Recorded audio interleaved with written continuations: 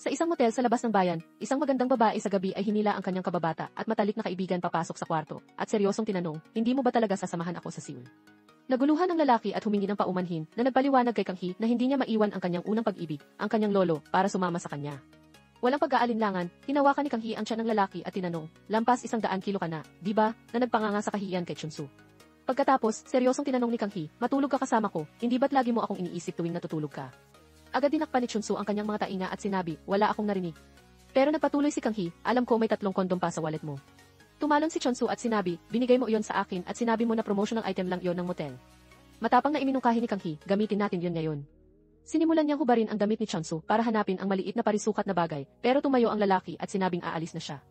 Hinila siya pabalik ni Kang Hee at sinabi, kung aalis ako, makikipagtalik ka sa ibang babae, di ba? Gusto ko ako ang una mo. Sigurado akong ito ang magiging una mo. Kung gagawin natin ito, ang una ay magiging pinaka-inosente at clumsy na karanasan.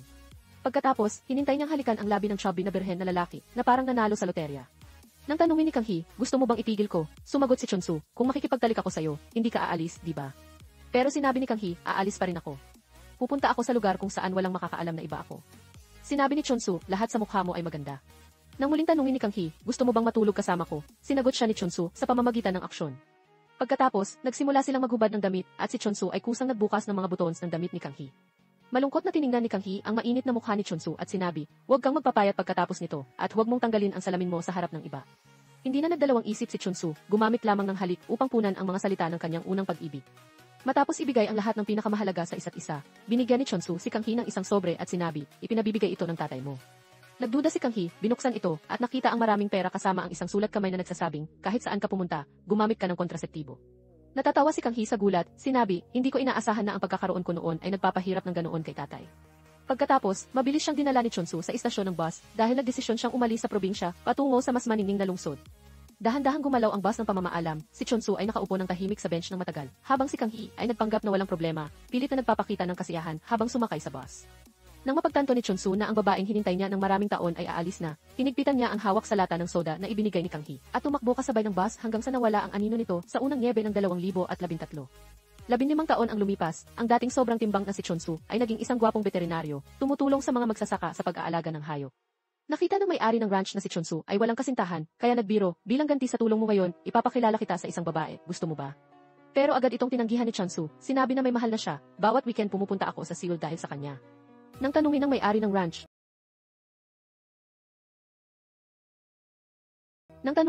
ranch kung ano ang trabaho ng babae, ngumiti lang si Chunsu at hindi sumagot. Samantala, sa Seoul, ang babae sa kwento kanina ay nasa isang construction site. Si Kang Hee ay gumagawa ng mabibigat na trabaho upang mabuhay, at siya pa ay niloloko at pinagbibiruan ng kanyang superior dito, na nagsasabing may diploma siya pero wala namang nagagawa. Pero hindi basta-basta napapahiya si Kang Hee, matapang siyang lumaban at galit na iniwan ang trabaho. Bago umalis, binigyan niya ang manager ng construction ng isang magandang middle finger. Sa oras na iyon, isang babae na nakakita sa lahat ng nangyari ang lumapit kay Kang Hee, nakipag-usap at binigyan siya ng isang business card. Ipinakilala ng babae ang sarili bilang si Hwang Dongyu, isang construction supervisor at direktor ng Moment Design Company. Tinanong niya si Kang Hee kung gusto niyang bumalik sa trabaho sa disenyo dahil alam niyang dating nagtrabaho si Kang Hee sa isang design company, ngunit hindi siya binayaran at na-blacklist sa industriya, kaya napilitan siyang magtrabaho pansamantala sa construction. Ngunit tinanggihan lamang ni Kang Hee ang alok at sinabi, hindi top tier ang eskwelahan ko, kaya na-reject na ang resume ko ng EC ng Moment dati. Huwag mo na akong bigyan ng pag-asa para lang mabigo ulit. Gayunpaman, sinikap ni Direktor Hwang na kumbinsihin siya, sa pagkakataong ito, sumali ka sa ilalim ng pangalan ko. Kung hindi ka pa rin tratuhin ng patas, ako ang tatayo para sa'yo. Dahil sa pangkumbinsing ito, nagpa siya si Kang Hee na subukan muli. Dinala niya ang kanyang mga portfolio ng proyekto sa kumpanya nang may kumpiyansa. Ngunit ang receptionist doon, nang marinig ang pangalan ni Kang Hee, ay nagpakita ng masamang ugali, bumulong ng mga panunuya sa telepono, si Direktor Hwang, natanggal sa construction site, tapos dinala pa rito ang isang dating manggagawa. Ang bawat panunuya ay parang kutsilyong tumatago sa puso ni Kang Hee. Galit na galit siya sa paghamak sa kanya, kaya kinuha niya ang kanyang bag at umalis. Habang naguguluhan siyang naglalakad sa kalye, nakita ni Kang Hee ang isang malabong anino ni Chunsu. Matagal niyang tinitigan ang ilusyong iyon at parang nakatanggap ng bagong lakas, sumigaw siya, babalik ako sa kumpanyang iyon dahil ako si Kang Hee. Nagpasya siyang bumalik sa Moment Design, nag-ayos ng matalas na smoky eye makeup at nagdala ng kumpiyansang parang ginto na hindi natatakot sa apoy upang harapin ang receptionist na nanghamak sa kanya. Kumpiyansa siyang nagsabi, si Direktor Hwang, kahit alam niyang ordinaryong manggagawa lang ako, ay naging curious sa kakayahan ko at personal akong inimbitahan dito. Kaya kung ano ang kakayahan ko, malalaman mo pagkatapos ng araw na ito. Dumiretso si Kang Hee sa opisina ni Direktor Hwang at nakita siyang masiglang nagbo-boxing para sa fitness. Pagkatapos makapag-ayos, maingat na tiningnan ni Direktor Hwang ang portfolio ng disenyo ni Kang Hee at nagpahayag ng paghanga sa kanyang mga teknikal na kasanayan. Pagkatapos, dinala niya si Kang Hee upang makipagkita sa head ng design department. Ngunit hindi nirespeto ng lalaking ito ang community college education ni Kang Hee at binati ko siya dahil dating nagtrabaho sa construction kaya tumanggi siyang tanggapin siya. Sinabing unahin niya ang resume ng isang aplikante na nag-aral sa ibang bansa. Hindi nasiyahan si Direktor Huang at gumamit ng lohika upang kumbinsihin ang head ng departamento na magtiwala sa kanya kahit isang beses at sinabi pa niyang ipapamahala kay Kang Hee ang disenyo ng isang high-end villa project. Napilitan ang head ng departamento na sumang-ayon sa kondisyong si Kang Hee ay magiging short-term intern sa loob ng 3 buwan at pagkatapos ay pag-usapan ang kanyang kakayahan. Nagulat at nagpapasalamat si Kang Hee sa bihirang pagkakataong ito at nahihiyang hinabol si Direktor Huang at mahinang nagtanong, gusto mo ba ako? Ang maingat na tanong na ito ay nagpatawa kay Direktor Huang. Sinabi ni Direktor Huang na pinahahalagahan niya lamang ang talento at ang kanyang sexual na oryentasyon ay para lamang sa mga lalaki. Samantala, si Chonsu ay sinamantala ang bakasyon upang pumunta sa Seoul, isang ugali na napansin ng kanyang matalik na kaibigan na si Hanwoo na nagbiro, akala ko ba kung magsisikap kang pumunta sa Seoul? Makikita mo si Kang Hee nang hindi sinasadya. 10 milyon ang populasyon ng Seoul. Kung makikita mo siya, ano ang gagawin mo? Hindi alam ni Chonsu kung paano sasagutin ang tanong na ito. Kinabukasan, sumama si Kang Hee sa head ng departamento upang makipagkita sa may-ari ng high-end villa project. Maayos na nagbigay ng konsultasyon ang head ng departamento na nagmungkahi ng mga mamahaling materyales upang ipakita ang klase ng may-ari ng villa. Ngunit sumalungat si Kang Hee, hindi ba natin kailangang makipagkita sa mga nakatira sa villa? Bakit natin kailangang iayon ang bahay sa kanila gayong dapat ang bahay ang umayon sa mga tao? Agad sumang-ayon ang batang mayamang si Sukwon dahil ang bahay na ito ay regalong gusto niyang ibigay sa dalawang kaibigan, kaya naaayon ang sinabi ni Kang Hee sa kanyang layunin. Ngunit hindi natuwa ang head ng departamento sa sagot na ito, sinisisi si Kang Hee sa pagdudulot ng gulo at pagkakabigo sa proseso ng kumpanya. Hindi pinansin ni Kang Hee ang babala at nanatili upang magbigay ng konsultasyon sa kliyente. Habang naghintay, sumama si Kang Hee kay Sukwon upang bumili ng kape at nagkataong naroon din si Chonsu sa parehong coffee shop. Natulala si Chonsu habang tinititigan ang likuran ni Kang Hee ng matagal. Alam ng kanyang kaibigan ang nangyari at hinila si Chonsu upang habulin siya, ngunit nawala na ang anino ni Kang Hee. Bumalik na si Kang Hee sa villa at doon niya nalaman ang komplikadong relasyon ng batang mayaman at ng mag-asawa. Si Sukwon ay may kasunduan sa kasal kay Esther, ngunit dahil walang pagmamahal sa kanyang nobya, tumakas siya mula sa bahay na nagbigay daan kay Esther upang makilala ang kanyang kasalukuyang kapareha. Bilang pagpapala sa mag-asawa, binigyan sila ni Sukwon ng villa. Pagkatapos maunawaan ang sitwasyon, nagsimulang magbigay ng konsultasyon si Kang Hee, nakikinig sa mga ideya at kagustuhan ng may-ari at bumuo sa kanyang isip ng espasyong gusto at kailangan ng kliyente. Nasiyahan si Esther sa kanyang presentasyon at agad na inaprubahan ang ideya ni Kang Hee. Nagsimulang magtrabaho si Kang Hee araw at gabi upang tapusin ang disenyo, ngunit hindi inaasahan na hindi ito pinahalagahan ng head ng departamento. Hayagang binatikos niya ito, sinabing hindi na unawaan ni Kang Hee ang mundo ng mayayaman dahil paano makakaalam ng klase ang isang dating manggagawa sa construction. Sa huli, opisyal na tinanggal ang disenyo ni Kang Hee. Ngunit lubos na humanga si Direktor Huang sa disenyo ni Kang Hee na nagdulot ng alitan sa pagitan nila. Sinabi ng head ng departamento na ang disenyo ni Kang Hee ay parang sa isang murang motel, luma at probinsyano, at hindi niya maunawaan kung bakit ito maganda kay Direktor Huang. Narinig ito ni Kang Hee, pumasok siya at tinanggal ang kanyang namiplate, hayagang pinuna ang lalaki, kung kategorya G ako, kategorya G ka rin. Hindi ba ang mga magagandang bagay sa iyong database ay kinuha mula sa pinakamahusay ng iba at kinopya? At habang nagnanakaw ka, kinuha mo rin ang disenyo ko. Pagkatapos may buhos ang galit, hayagang nagbitiw si Kang Hee. Sa gitna ng mataong kalye, muling nakita ni Kang Hee ang mainit na figura ni Chonsu, ngunit sa pagkakataong ito, malamig siyang dumaan. Hindi niya kayang harapin si Chonsu habang iniisip na iniwan niya ang lahat sa probinsya upang maging isang nag-iisang talunan sa ganitong paraan. Malungkot na tinitigan ni Kang Hee ang niebe sa harap niya. Naalala ang pagkabata ng sinabi niya kay Chonsu. Sabi nila, kapag kumain ka ng 10 snowflake, makakasal ka sa iyong unang pag-ibig. Ang batang si Chonsu. Natuwa si Chonsu nang marinig ito at seryosong kumain ng eksaktong 10 snowflake. Pagkatapos ay sinabi ang kanyang hiling na pakasalan si Kang Hee bilang kanyang asawa. Ngayon, pagkatapos ng maraming taon, si Chonsu ay kumain pa rin ng eksaktong 10 snowflake na bumabagsak. Hinintay pa rin na pakasalan ang kanyang unang pag-ibig. Hindi nagtagal, namatay ang lolo ni Chonsu at ang kanyang burol ay dinaluhan ng maraming kaibigan ni Chonsu. Lahat ay nag-uusap tungkol kay Kang Hee at ang grupo ng mga kaibigan nilang magkakasama ay naghinala na siguradong babalik si Kang Hee para sa burol dahil napakabuti ng relasyon niya sa lolo ni Chonsu. Ngunit sinabi ni Hanwoo, ang kaibigan, na mas mabuti pang huwag bumalik si Kang Hee. Ayokong makita ulit ni Chonsu ang babaeng iyon kahit kaunti dahil ang muling pagkikita ay magbibigay lang ng pag-asa na mauwi sa pagkabigo. Biglang nagkagulo ang mga tao at nagsalita sila na bumalik na si Kang Hee. Narinig ito ni Chonsu, nagmadali siyang lumapit at niyakap ng mahigpit ang kanyang unang pag-ibig na hinintay niya sa loob ng 15 taon. Tiningnan ni Kang Hee ang figura sa harap niya at nagulat, gustong itulak ang yumayakap sa kanya, ngunit nang makilala ang boses ni Chonsu, nagulat siya hanggang sa nakalimutan niyang mag-react. Pagkatapos magpaalam sa lolo ni Chonsu, mabilis na umalis si Kang Hee nang hindi nakikipag-usap kay Chonsu o nakikibati sa mga dating kaibigan. Habang malayo na siya, naalala niya ang mga bulungan tungkol sa kanya sa likuran ng mga matatanda sa lugar ay nagsabi ng masasakit na salita na ang mga katangian ng kanyang lahing halo ay unti-unting nawawala habang lumalaki siya. At nagtaka kung nanatili pa rin ang kanyang dating agresibong ugali o kung magwawala siya at makikipag-away. Bumalik sa kasalukuyan, hinabol ni Chonsu si Kang Hee at hiniling na manatili siya para kumain ng hapunan. Pagkatapos mag-isip, nagpa siya si Kang Hee na manatili at masayang nakipag-ayos kay Aryum, ang kanyang matalik na kaibigan, kahit nagalit pa rin ito dahil bigla siyang umalis 15 taon na ang nakalipas. Ngunit nang makaupo si Kang Hee, narinig niya ang isang nakakainis na lalaki sa malapit na tumatawa at nanunuya sa kanya, tinutukoy ang grupo ng kanilang mga kaibigan noong bata pa bilang tigang ng motel. Nagbalik ang mga hindi masayang alaala sa isip ni Kang Hee sa panahong iyon. May isang ulilang batang lalaki na nagngangalang Sung-on na palaging binubuli ng mga kapwa niya, at sina Kang Hee, Chunsu, Hanwoo, at Aryum lamang ang tumayo upang ipagtanggol siya. Ang mga bully ay pinamumunuan ng isang batang lalaki na nagngangalang Hyun-joon, na tinawag pa si Kang Hee na bastardong halo, na nagpagalit sa kanya at lihim na isinumpa na tamaan ng kidlat ang batang ito. Hindi inaasahan, ang kanyang panalangin ay mabilis na dininig ng langit. Pagkatapos ng mahigit 15 taon, ang hindi pagpapahintulot sa sarili na mapahiya ni Kang Hee ay nanatiling pareho. Kalmado siyang umupo sa tapat ni Hyun-joon, binanggit ang insidente ng pagkatamaan niya ng kidlat noong bata pa, at si Hyun-joon, na nagpapanggap na kalmado, ay nagtanong tungkol sa kasalukuyang trabaho ni Kang Hee. Hindi napaliwanag ng marami si Kang Hee, ipinakita lamang ang business card ng Moment Design at sinabi, nagtrabaho ako sa numero 1 kumpanya sa industriya ng disenyo, ang mga kilalang mararangyang hotel ay hawak ng aming kumpanya. Tumawa lamang si Hyun-joon at sinabi, ang mga tao sa Seoul ay wala ring pagkakaiba, mukhang magarbo pero nabubuhay sa masikip at mahirap na paraan.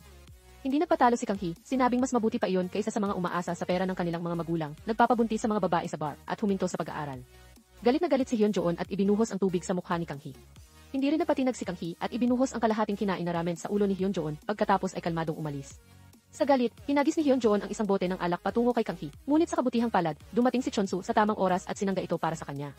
Sinuntok pa ni Chonsu si Hyun-joon ng malakas bilang leksyon na nagdulot ng kaguluhan sa burol. Wala namang kasalanan si Kang Hee, pero ayaw nang magdagdag ng salita ng ina ni Chonsu. Ipinagbawal lamang na makipag-ugnayan pa siya sa babaeng iyon. Sa kabilang banda, gabi na kaya't naglakad si Kang Hee patungo sa Motel California ng kanyang pamilya.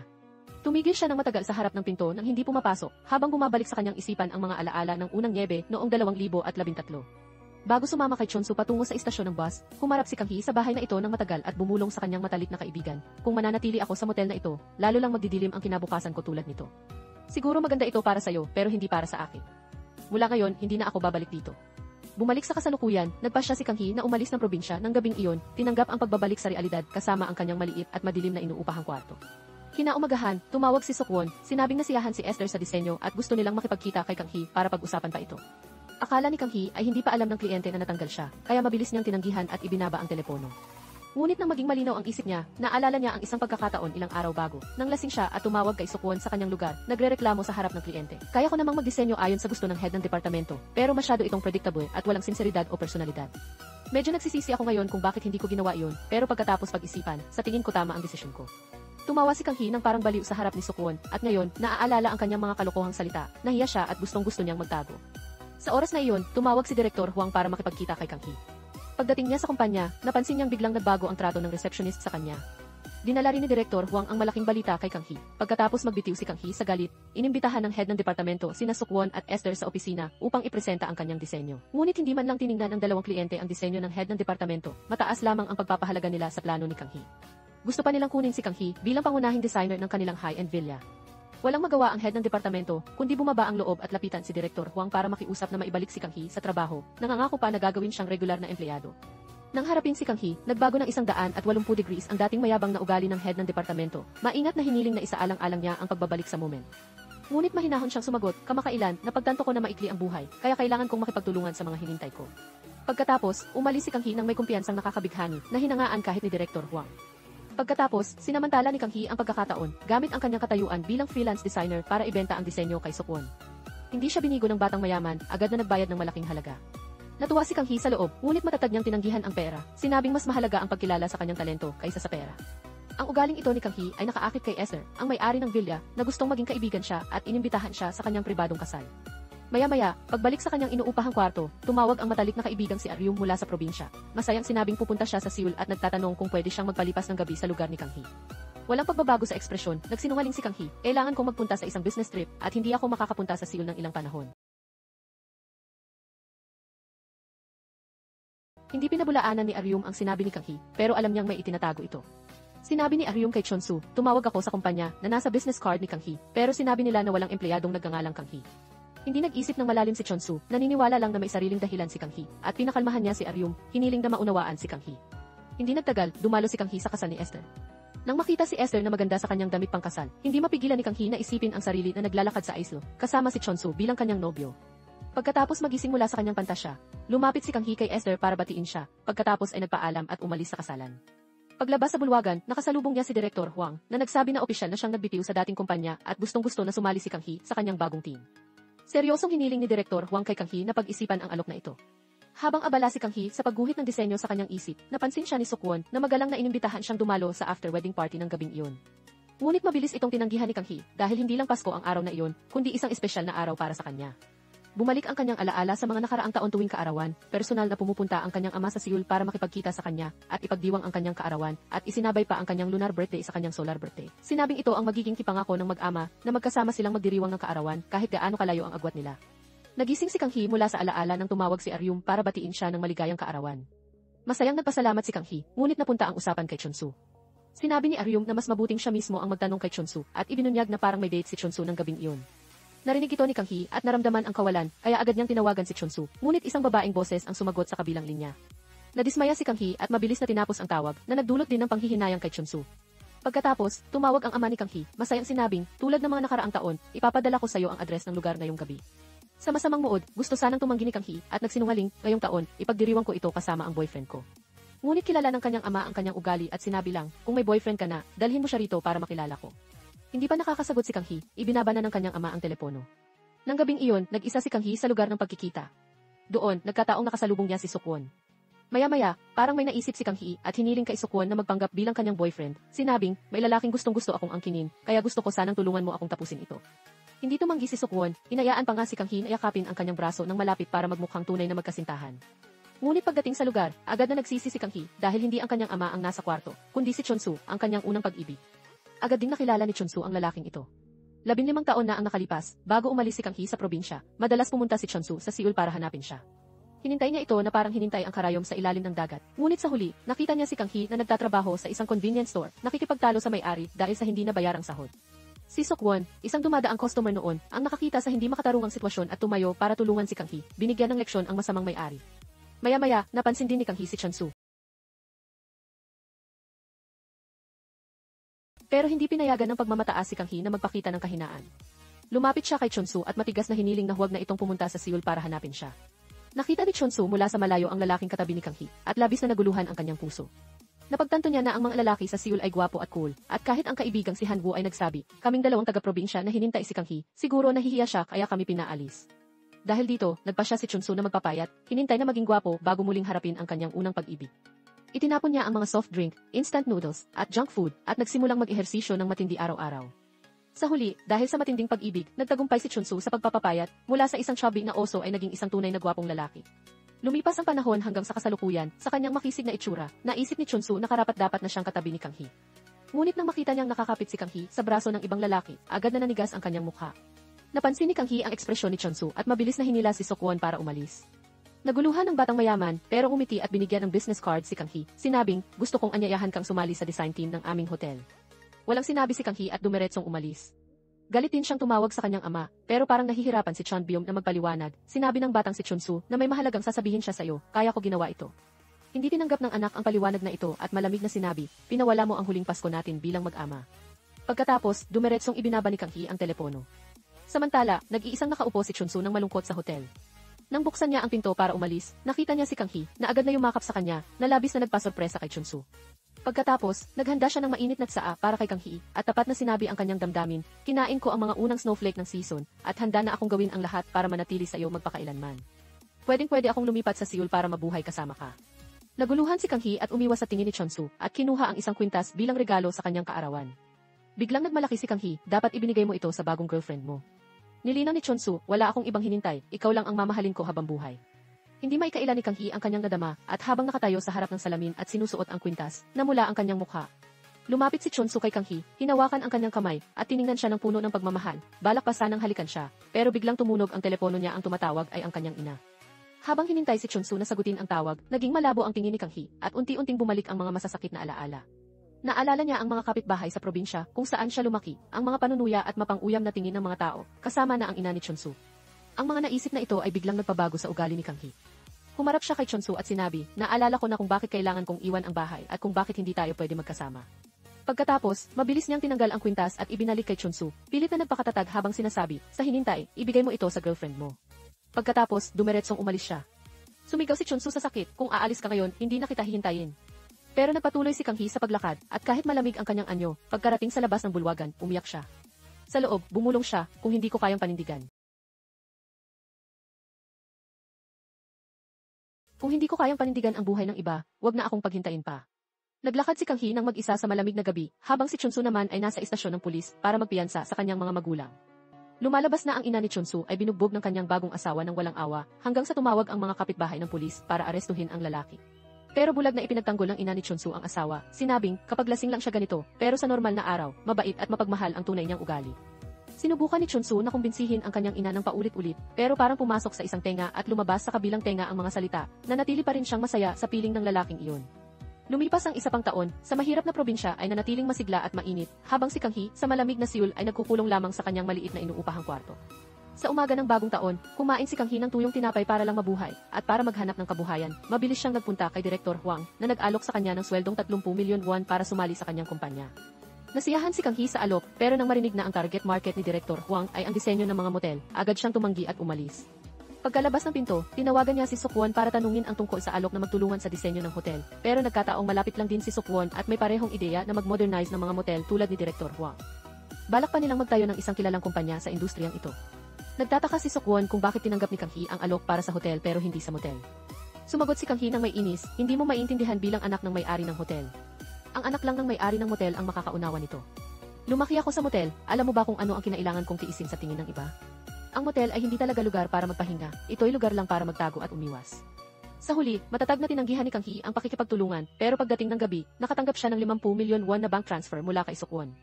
Pagkatapos, personal na pumunta si Esther sa pintuan ni Kang Hee para makipag-usap.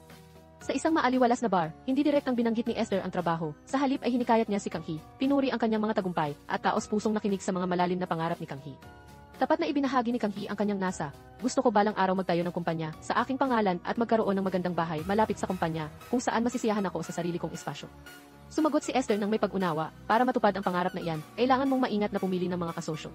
Si Direktor Huang ay may reputasyon sa industriya, si Sukwon ay may malaking pondo, at ako ay isang hinintay mong mapagkakatiwalaan. Sa huli, nagbigay si Esther ng taos-pusong alok, sana makasama kita sa pagtatayo ng kumpanyang ito, hindi para sa iba, kundi para sa iyong sariling pangarap. Pagkatapos ng pagkamatay ng lolo ni Chunsu, nagmadali ang kanyang ina na ibenta ang gusali ng ospital ng pamilya. Nalaman ito ni Chunsu at agad na pumunta para pigilan ang pagbebenta. Inimbitahan niya ang mga tumitingin sa bahay at ang kanyang ama-ama na umalis at sinabi sa kanyang ina, nangako ako kay lolo na hindi ko kailanman ibebenta ang gusaling ito. Nagreklamo ang ina na kailangan niya ng pera para sa gastusin dahil ibinalik na niya ang inuupahang bahay pagkatapos ng insidente sa pulisya. Walang magawa si Chunsu, tiningnan ang kanyang ina at iminungkahi na tumira siya kasama niya, pero agad itong tinanggihan ng ina, sinabing kakakasal lang niya ulit. Paano makakasama ng bagong kasal ang kanyang anak na lalaki? Walang magawa si Chunsu, kundi sumuko, sinabi sa kanyang ina na lumipat na siya sa bahay at siya ang pansamantalang lilipat sa ibang lugar. Mabilis niyang inayos ang kanyang mga gamit at lumipat sa Motel California. Samantala, sinimula ni Kang Hee ang bagong kabanata ng kanyang karera sa pamamagitan ng pagsali sa isang batang kumpanya ng disenyo sa ilalim ng pamumuno ni Direktor Huang. Masigasig siyang nag-ambag ng mga ideya at kadalubhasaan, kasama ang iba pang miyembro ng team, upang itayo ang pundasyon ng kanyang matagal ng pangarap. Isang araw, sama-sama nilang sinuri ni Sukwon ang isang lumang motel para iplano ang pagsasaayos nito. Habang sinusuri ang lugar, nakita nila ang isang mainit na eksena ang dating kaklase na si Hyun Joon ay masayang nakikipaghalikan sa isang babae sa elevator. Pagbalik, ikinuwento ni Hyun Joon ang nangyari sa kanyang mga kaibigan. Hindi nakalimutang lagyan ng pampalasa ang kwento tungkol kay Kang Hee na kasama ang isang lalaki sa motel sa kalagitnaan ng araw na may masamang panunuya. Hindi nakapagtataka na ganyan si Kang Hee, talagang anak ng motel, mahalaga talaga ang pagpapalaki ng pamilya. Nang marinig ni Chunsu ang mga masasamang salita, hindi niya napigilan ang galit, hinawakan ang kwelyo ni Hyun Joon at nagbanta, kung magsabi ka pa ng masama tungkol kay Kang Hee, papatayin kita. Bagamat napagalitan ang nakakainis na lalaki, nanatiling malungkot si Chunsu. Sa mga sumunod na araw, nagsimulang pamahalaan ni Kang Hee ang isang bagong proyekto, binigyan ng malaking responsibilidad ni Direktor Huang na nagpuno ng sigasig sa kanyang puso. Ngunit nang malaman na ang lokasyon ng proyekto ay sa Nayonhana, ang kanyang bayan, biglang nawala ang kanyang positibong damdamin.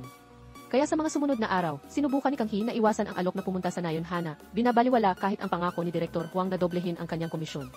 Nagdahilan pa siya na may appointment para tumangging makipag-usap pa kay Direktor Huang. Mula sa malayo, nang marinig ni Sukwon na may appointment si Kang Hee, nag-alala siya at lihim na sinundan siya. Natuklasan niya na ang sinasabing kidate ni Kang Hee ay isang babae walang iba kundi si Aryum. Napagtanto ni Sukwon ang kanyang pagkakamali, mabilis siyang lumapit para tumulong, masiglang nag-alok na dalhin ang bagahe ni Aryum sa loob. Habang nag-uusap kay Aryum, ibinahagi ni Kang Hee ang kanyang kasalukuyang buhay. Ngayon, maayos na ang buhay ko. Ang bahay na ito ay dorm ng kumpanya ko at isa rin ako sa mga nagtatag ng kumpanya.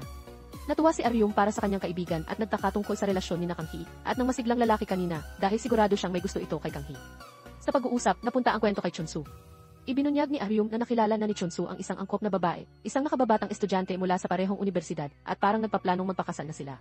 Narinig ito ni Kang Hee at sinubukang itago ang kalungkutan, pero hindi nagsisinungaling ang kanyang mga mata.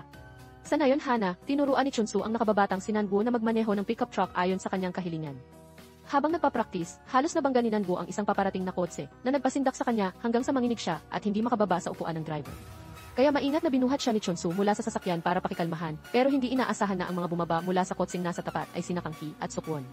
Nang makita si Chunsu na yakap ang ibang babae, malamig na ngumiti si Kang Hee at mabilis na tumalikod para umalis, pero namumula na ang kanyang mga mata. Hindi nagtagal, si Kang Hee ay nagkaroon ng nakakabagabag na panaginip kung saan ikinasal si Chunsu ng ingrande sa kanyang nakababatang schoolmate, at malinaw na nakita ni Kang Hee na ang babae ay hinintay lamang ang yaman ni Chunsu. Sa kanyang gulat sa panaginip, hinila ni Kang Hee ang buhok ng babae, ngunit nang magising, napagtanto niyang ang hinawakan niya ay ang buhok ng kanyang matalik na kaibigan, si Aryum. Napagtanto ni Kang Hee na mahal pa rin niya ang kanyang unang pag-ibig, kaya nagpasya siyang pumunta sa kumpanya at kusang hiniling na ipadala sa nayon Hana para magtrabaho. Nagkataong nasugatan si Direktor Huang at hindi makakapunta doon para magbigay ng konsultasyon sa disenyo, kaya kinuha ni Kang Hee ang pagkakataon at opisyal na tinanggap ang proyekto. Kasama si Sukwon, naglakbay siya patungong nayon Hana, parehong nagbihis bilang mga nakaistilong bituin, suot ang mga mamahaling damit at nagmamaneho ng makintab na supercar pabalik sa probinsya. Bago sumakay sa kotse, maingat na binilinan ni Kang Hee si Sukwon na huwag tawagin ang kanyang pangalan ng direkta, at sumunod ang binata, nagpasya na tawagin siyang ibos sa buong biyahe. Mabilis silang nakarating sa nayon Hana, ngunit nagulat si Kang Hee nang makita na ang destinasyon nila ay ang Motel California ng kanyang pamilya. Bagamat nagulat, kailangan niyang manatiling kalmado, mabilis niyang tinakpan ang sarili at nagpanggap na hindi kilala ang sinuman. Pero paano hindi makikilala ng isang ama ang kanyang minamahal na anak? Pilit na pinigilan ni Chon Byum ang tawa at hindi nagpahalata. Si Sukwon ang unang nagsalita bilang kinatawan, nagmungkahi ng matapang na ideya na burahin ang hangganan sa pagitan ng motel at hotel sa pamamagitan ng pag-alis ng letrang TE mula sa salitang i-motel, kaya ang bagong brand name ay magiging Hotel California. Iminungkahi rin ni Kang Hee na magtayo ng swimming pool sa rooftop at ilipat ang music bar mula sa basement patungo doon. Narinig ito ng ama ni Kang Hee at lubos na naantig dahil ang mga disenyo na inilarawan ng kanyang anak ay ang mga pangarap nilang mag-ama noong bata pa siya. Halos nakalimutan na ito ni Chon Byum, pero malinaw pa rin itong naalala ni Kang Hee. Kinamayan niya ang kanyang anak at nagpasya na ibigay ang proyektong disenyo sa kanyang kumpanya. Walang sinabi si Kang Hee, tahimik lang na lumabas habang bumabalik ang mga pira-pirasong alaala. Noong araw, madalas patayin ni Chon Byum ang letrang TE sa salitang di-motel dahil sinabi niya sa kanyang anak na ang pinakamalaking pangarap niya ay magtayo ng hotel, kaya kapag napatay ang TE, ang makikita na lang ay hotel, na nag-aalis ng pagkakaiba sa pagitan ng motel at hotel. Bumalik sa kasalukuyan, bilang namamahala sa proyekto ng Motel Buamgyong, isang bagong konstruksyon ng pamilya ni Chon Byum, personal na bumisita sina Kang Hee at Sukwon sa construction site. Iminungkahi ng foreman na magpalipas sila ng gabi sa Motel California sa tapat dahil magandang lugar ito para magpahinga, malapit, malinis at masarap ang almusal. Pero umiling si Kang Hee, sinabing medyo hindi maginhawa ang manatili roon kaya mabilis silang umalis. Habang nagmamaneho patungo sa ibang lugar, halos nabangga nila ang isang paparating na truck. Nang tiningnan ng mabuti ni Kang Hee, napagtanto niyang ang bumaba mula sa kotseng nasa tapat ay si Chunsu, na maingat na binuhat ang babaeng nasa upuan ng driver. Nakita ito ni Kang Hee, pilit na nagpakatatag, bumaba mula sa kotse, at hinarap si Chunsu nang may malamig na ngiti, pagkatapos ay dumiretsong umalis. Agad na binitawan ni Chunsu ang babae sa kanyang mga bisig at hinabol si Kang Hee, nag-aalalang nagtanong kung bakit naroon ang kanyang kababata. Hayagang sinabi ni Kang Hee na mananatili siya roon para sa trabaho hanggang Pasko at binilinan si Chunsu na huwag sabihin sa sinuman na bumalik siya. Pagkatapos, mabigat ang loob na umalis siya. Habang malungkot na naglalakad si Kang Hee sa kalsada, napansin ni Sukwon na si Chunsu ang unang pag-ibig ni Kang Hee, pero sumagot si Kang Hee, hindi lang siya ang unang pag-ibig ko, kundi ang nagligtas sa buhay ko. Bumalik ang alaala ni Kang Hee sa kanilang mga taon sa elementarya, kung saan palagi siyang binubuli ng mga kaklase hanggang sa isang araw, lumipat si Chunsu sa kanyang klase. Nakita niya mula sa malayo na si Chunsu ay isang chubby at malusob na bata, at naisip na maaaring tulungan siya nito laban sa mga bully, kaya kusang hiniling ni Kang Hee na maging seatmate si Chunsu, at doon nagsimula ang kanilang pagkakakilanlan. Hanggang sa magkalakihan, nag-confess si Chunsu kay Kang Hee, sinabing, mula sa unang araw na naging magkatabi tayo, gusto na kita hanggang ngayon. Alam ko na pangit ako at maraming kulang, pero gagawin ko ang lahat para maging mas mabuti. Narinig ito ni Kang Hee, kinurot ang pisngi ni Chunsu, at sinabing, hindi ka pangit o kulang, ikaw ang tangang oso ko. Ngayon, sa pagbabalik tanaw sa kanyang buhay, naisip ni Kang Hee na kung wala si Chunsu, marahil sa edad na 1, 0 o 20, ang buhay niya ay magiging isang malaking gulo. Tapat na nakiramay si Sukwon sa kanyang kaibigan, at nagbiro pa na hahanapin niya ang mga bumuli kay Kang Hee noon para maghiganti, na nagpatawa kay Kang Hee. Kahit na binilinan ni Kang Hee si Chunsu na huwag magsabi kahit kanino tungkol sa kanyang pagbabalik, maliit ang nayon Hana at mabilis kumalat ang balita. Ang mga babae sa parlor ay walang tigil na nagsismisan, hinulaan ang dahilan ng biglang pagbabalik ni Kang Hee, kung may kinalaman ba ito kay Chon Byum, dahil ang Motel Buamgyong ay pag-aari rin ng kanyang pamilya. Ang may-ari ng parlor ay humanga kung paano mabilis na yumaman si Chon Byum, at sinabi na sinumang makapagpapakasal kay Kang Hee ay siguradong mapalad. Narinig ito ng ina ni Chunsu na tinaasan lang ng kilay at walang sinabi. Si Aryum naman ay mabilis na nagbunyag sa mga matatanda na ang boyfriend ni Kang Hee ay mas kahanga-hanga, isang balikbayan mula sa ibang bansa, gwapo, bata, at tagapagmana ng isang serye ng mararangyang hotel sa Seoul, na nagpabilib sa mga nakarinig. Samantala, nahirapan sina Kang Hee at Seokwon na makahanap ng matitirhan pagkatapos ng mahabang araw sa construction site. Kahit ilang araw na sila sa Nayon Hana, ang kanilang karanasan ay palaging nakakatawa at nakakabigo kung hindi dahil sa amoy ng mga basang kumot, ang kalawangin na tubig sa shower, o ang mainay na mga kasama sa tirahan na parang nasa palengke. Hindi makatulog si Seokwon. Sa huli, naglakas loob si Seokwon na imungkahi na subukan nilang magpalipas ng gabi sa Motel California, pero matigas na tumanggi si Kang Hee, sinabing mas gugustuhin niyang uminom ng kalawangin na tubig kaysa tumapak doon. Sa Motel California, nagbubulungan ang mga manggagawa tungkol sa bagong supervisor na babae. Sinabing kahit mahigpit siya, mapagbigay siya, at may malaking bonus kung maganda ang trabaho. Narinig ito ni Chonsu at alam na si Kang Hee yun. Si Han-woo naman ay nagtaka kung ang kasama niya ay boyfriend niya. Umaasang hindi, dahil may tsismis na ang lalaki ay sugarol at madalas pumunta sa mga mapanganib na lugar. Lalo itong nagpaalala kay Chonsu. Pagkatapos ng trabaho, lihim na pumunta si Kang Hee sa veterinary clinic ni Chonsu para makipagkita kay Han-woo. Napansin ni Kang Hee na maganda nga ang babae. Akala ni Han-woo ay customer si Kang Hee para sa pet adoption, kaya inimbitahan siyang umupo at uminom ng chrysanthemum tea. Ikinuwento ng doktora na kahit hindi umiinom ng tsaa ang boss dito. Pero madalas bumili ng mamahaling chrysanthemum tea para lang sa isang kaibigan. Biglang naunawaan ni Kang Hee na ang kaibigang tinutukoy ng boss na si Chonsu ay siya. Patuloy na pinuri ni Han-woo si Chonsu, sinabing siya ay isang maasahang lalaki na maipagkakatiwalaan. Nang makita ang larawan ni Chonsu at Han-woo na magkasamang kinunan sa harap ng ospital, nanahimik si Kang Hee ng matagal, unti-unting napuno ng kalungkutan ang kanyang mga mata. Samantala, si Chonsu ay nagmamaneho ng pickup truck, sumusunod sa kotse ni Seokwon. Nakita ni Chonsu nang tumigil si Seokwon sa gilid ng kalsada para iligtas ang isang maliit na aso na naipit ang paa. Lumapit din si Chonsu para tumulong at nangakong gagamutin ang aso. Bilang kapalit, nagtanong si Chonsu kay Seokwon, totoo bang madalas magsuot ng salamin si Kang Hee dahil may pasa sa mata? Tumawa si Seokwon at sinabi, hindi ang tipo ni Kang Hee ang magpapahintulot na maapi. Sa reaksyon ni Seokwon, napagtanto ni Chonsu na hindi totoo ang mga chismis tungkol sa kanya. Pagbalik ni Chonsu sa ospital, ipinakita sa kanya ni Han-woo ang isang video ng isang bisita na hinimas ang isang pusa sa ospital. Nang makilala na si Kang Hee ang bisita, mabilis na tumakbo si Chonsu sa construction site para hanapin siya, pero wala siya roon. Tinanong niya si Aryum, pero walang ibinunyag ang kaibigan. Sa totoo, nagtatago si Kang Hee sa isang bar, umiinom ng alak habang iniisip si Han-woo. Sa totoo lang, walang maipipintas kay Han-woo at bagay na bagay siya kay Chonsu. Sa pag-iisip nito, uminom at umiyak si Kang Hee ng todo. Sa parehong oras, pinapanood ni Chonsu ang video ng pusa at nakatanggap ng balita na nasa bar si Kang Hee. Walang dalawang salita, agad siyang pumunta roon. Lasing na si Kang Hee, natulog pa nga sa mga hita ni Chonsu, hinintay pa ang komportableng posisyon sa mga hita nito na nagpahirap kay Chonsu na pigilan ang sarili. Gabing iyon, walang choice si Chonsu kundi buhatin si Kang Hee pabalik sa Motel California. Maingat niyang kinumutan si Kang Hee, pero biglang hinawakan ni Kang Hee ang kanyang damit at sinabing huwag siyang umalis. Sumunod si Chonsu at nanatili sa tabi niya. Sa kalagitnaan ng kanyang panaginip, binuksan ni Kang Hee ang kanyang mga mata, kinurot ang pisngi ni Chonsu, tinawag siyang itangang oso, at sinisisi siya sa hindi pagtupad sa pangako. Bakit ka pumayat at tinanggal ang salamin mo? At bakit ka nakipag-date sa ibang babae? Nasaktan din si Chonsu, sinisisi si Kang Hee, bakit ka naghanap ng ibang lalaki? Nagpanik si Seokwon nang hindi makita si Kang Hee, hinintay siya kahit saan, at nagmadali pa sa pulisya para mag-report. Nang marinig na dinala si Kang Hee ng isang kigang sa Motel California, lalong natakot si Seokwon at mabilis na pumunta roon para sumigaw at hingin si Kang Hee. Nakita ito ni Chonsu, mabilis niyang ipinaliwanag na bahay ito ni Kang Hee, at si Chon Byum ang ama niya. Nagduda si Seokwon at natulala ng matagal. Kinaumagahan, nagising si Kang Hee na mabigat ang ulo, nahiya ng todo nang maalala ang kanyang mga kalokohan kagabi. Pagbukas ng pinto, natulala siya nang makita si Seokwon na gumuho sa harap ng kwarto, dahil nag-alala siya kay Kang Hee kagabi dahil puro lalaki ang nasa paligid. Pagkatapos, sabay silang bumaba para mag-almusal. Pagkaalis ng mga manggagawa at ni Seokwon, naiwan si Kang Hee para makipagkwentuhan sa dalawang matalik na kaibigan, nakinig sa mga pagbabago sa Motel California sa mga taong wala siya.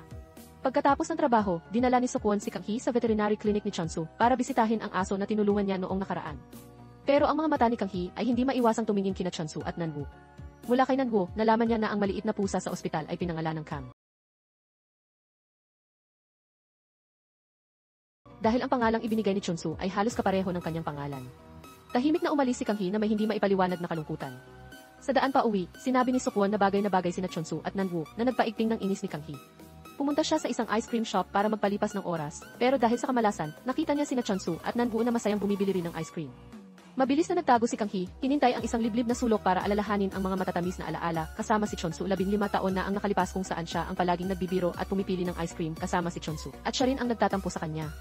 Tumayo si Kang Hee at umalis, hinintay ang isang tahimik na lugar para umiyak, habang umiiyak ay sinisi si Chonsu bilang masama, na siyang unang nagsabi na sa hinintay, ice cream man sa kahon o cone, kasama lang niya ito kakain. Sa sandaling iyon, biglang lumitaw si Chonsu. Galit na sinabi ni Kang Hee na talagang nagbago na siya. Nang akmang lalapit si Chonsu para magpaliwanag, pinagbawalan siya ni Kang Hee na sumunod. Pero hindi komportable si Chonsu, kaya tahimik niyang sinundan si Kang Hee sa mahabang distansya.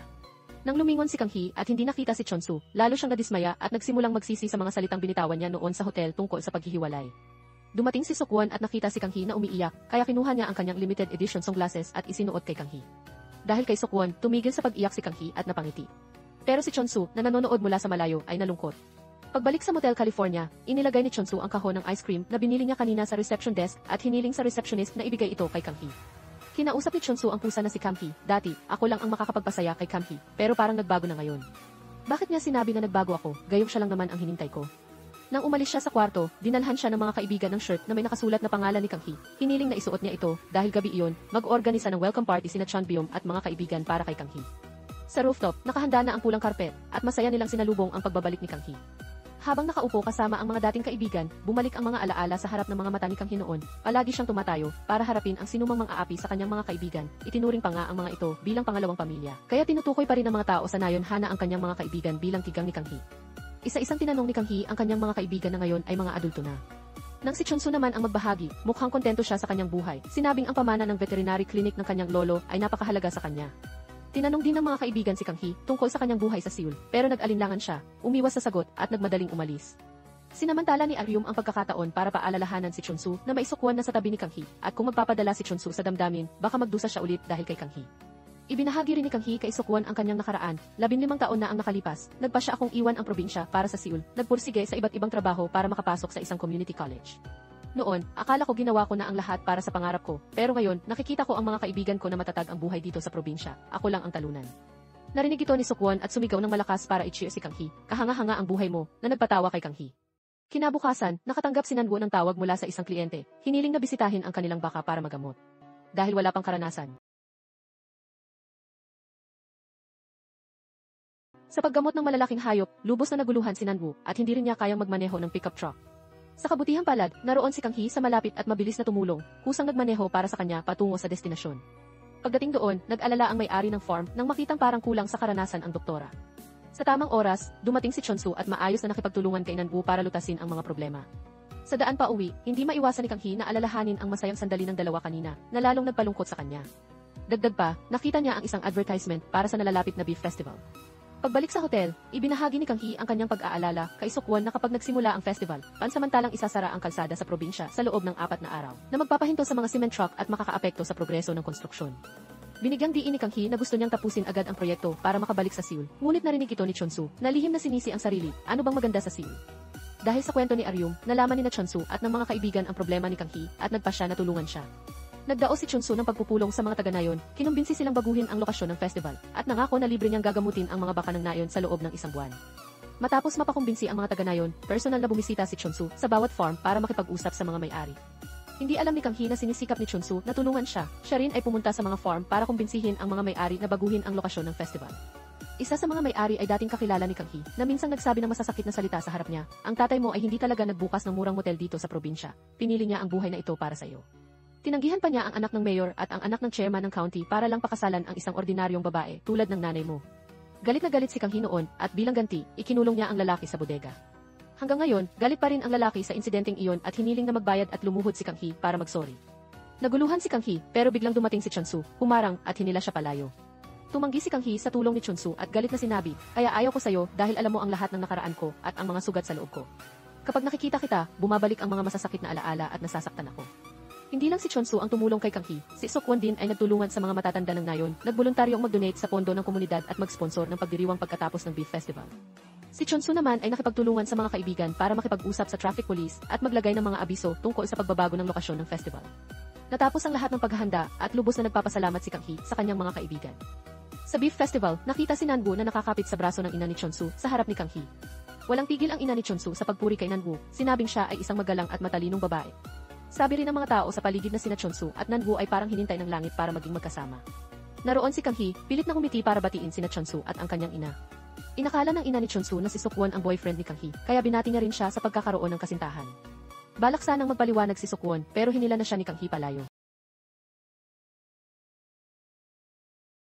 At hiniling pa kay Seokwon na magpanggap bilang kanyang boyfriend hanggang matapos ang proyektong konstruksyon na sumang-ayon si Seokwon ngunit may kondisyon. Habang humuhupa ang festival, sinubukan ni Chunsu na lumapit kay Kang Hee para linawin ang tungkol sa kanyang relasyon kay Nanwoo. Ngunit parang ayaw makinig ni Kang Hee, mabilis niyang pinutol ang usapan. Binanggit ang mga kapitbahay na laging nakangiti at binabati sila, ngunit sa likod ay malupit at masama ang trato sa kanila. Sa sandaling iyon, dumating si Nanwoo na may inosenteng mukha, nakipagkwentuhan kay Kang Hee na parang magkapatid, at niyakap pa siya bilang pasasalamat sa tulong noong mga nakaraang araw. Naguluhan si Kang Hee at nagdahilan para umalis, habang iniisip ang inosenteng ugali ni Nanwoo, na nagpalungkot sa kanya, at lihim na naisip na si Nanwoo marahil ang tunay na bagay kay Chunsu. Samantala, nahihirapan din si Chunsu sa sitwasyong ito, at lumalabas na dati pa, seryoso siyang nakipag-usap kay Nanwoo, hiniling na huwag na silang magtulungan sa ospital, dahil kumakalat ang mga chismis tungkol sa kanila. Pero sumang-ayon si Nanwoo at iminungkahi pa na magpanggap silang magkarelasyon pansamantala para maiwasan ang mga pangulit tungkol sa arranged dates, ngunit tumanggi si Chunsu, hayagang sinabing may mahal na siya at hinintay ito. Ngayon, habang malapit nang matapos ang festival, nalaman ng ina ni Chunsu na malapit na ang kanyang bagong asawa sa ibang babae, kaya galit na itinumba niya ang mesa at sinigawan ito sa publiko. Hindi rin nagpatalo ang asawa, sumigaw pabalik na nagdulot ng kaguluhan. Napalibutan ng mga taga-nayon ang eksena, at lumapit ang ama ni Kang Hee para pakikalmahan. Nakita ito ni Kang Hee, at hindi maiwasang maalala ang payat na mukha ng kanyang ina noon. Sa pribadong usapan sa kanyang ama, hindi napigilan ni Kang Hee na magtaka kung bakit, pagdating sa ina ni Chunsu, palaging sobrang involved ang kanyang ama. Mahigit 25 taon na ang nakalipas, ganoon din, lagi niyang inuuna ang ina ni Chunsu. Paano naman ako, ang nanay ko, at ang kapatid ko na hindi na ipanganak? Pero walang sinabi ang ama, na natiling tahimik tulad ng dati. Dinala ni Kang Hee ang kanyang kalungkutan pabalik sa Motel California, kung saan binigyan siya ng receptionist ng isang ice cream nang walang salita. Nang tikman ni Kang Hee, napagtanto niyang si Chunsu lang ang makakabili ng ganitong lasa para sa kanya. May naisip siya, kaya pumunta siya sa kwarto ni Chunsu sa motel.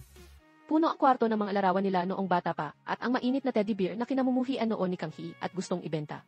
Nang makita ang teddy bear, bumalik ang alaala 15 taon na ang nakalipas bago umalis patungong Seoul. Sinabi ni Kang Hee kay Chunsu na ibenta ang teddy bear na regalo ng ama niya at gamitin ang pera para sa mga inabandonang hayop. Bumalik sa kasalukuyan, napagtanto ni Kang Hee na marahil hindi nagbago ang damdamin ni Chunsu. Hinintay niya si Chunsu kahit saan, puno ng pag-asa ang mga mata, at tinanong, bakit lagi kang mabait sa akin? Mahal mo pa ba ako? Hindi inaasahan, tahimik na sumagot si Chunsu, ang pagiging mabait sa'yo ang tanging magagawa ko. Kung ayaw mo, ituring mo itong huling bagay na gagawin ko bago kita kalimutan. Bigyan mo lang ako ng oras para kalimutan ka. Pagkatapos, nag-isa si Kang Hee pabalik sa motel, galit na itinapon ang ice cream na binili ni Chunsu sa basurahan at bumulong, tapos na talaga ang relasyon natin. Bakit ko pa hinintay ang damdaming wala na? Gabi iyon, tinanggap ni Kang Hee ang imbitasyon ni Aryung na dumalo sa class reunion sa isang restaurant, na ang balita ay sagot ni Sukwon, ang kanyang e-boyfriend, ang buong party, at hindi rin nakalimut. Naiwan ang kanyang unlimited black card bago umalis. Sa masiglang kapaligiran ng class reunion, nagkaroon ng pagkakataon ang mga dating kaklase na magmalaki at manuya, lalo na kay Aryum. Nabinatikos nila paulit-ulit kung ilang beses na siyang nag-blind date, pero hindi pa rin nakakahanap ng disenteng lalaki. At bilang isang simpleng librarian na patuloy na nangangarap ng mas mataas na edukasyon, para saan pa ang pag-aaral mula masters hanggang doctorate? Hindi na nakatiis ang kaibigang si Sung-on, tumayo at hinila si Aryum palayo. Hindi rin naging mas maayos ang pakiramdam ni Kang Hee, na nadismaya at ayaw nang manatili kahit isang segundo pa, pero pagbalik sa Motel California, nakita niya ang ina ni Chunsu, kasama si Nanwoo at mga taga-nayon na nagsismisan tungkol sa kasal ng anak niya. Lalo pang sumama ang loob ni Kang Hee, kaya hinintay niya ang isang tahimik na lugar sa harap ng motel para mag-isip. Habang nalulunod sa pag-iisip, lumabas sina Nanwoo at Chunsu.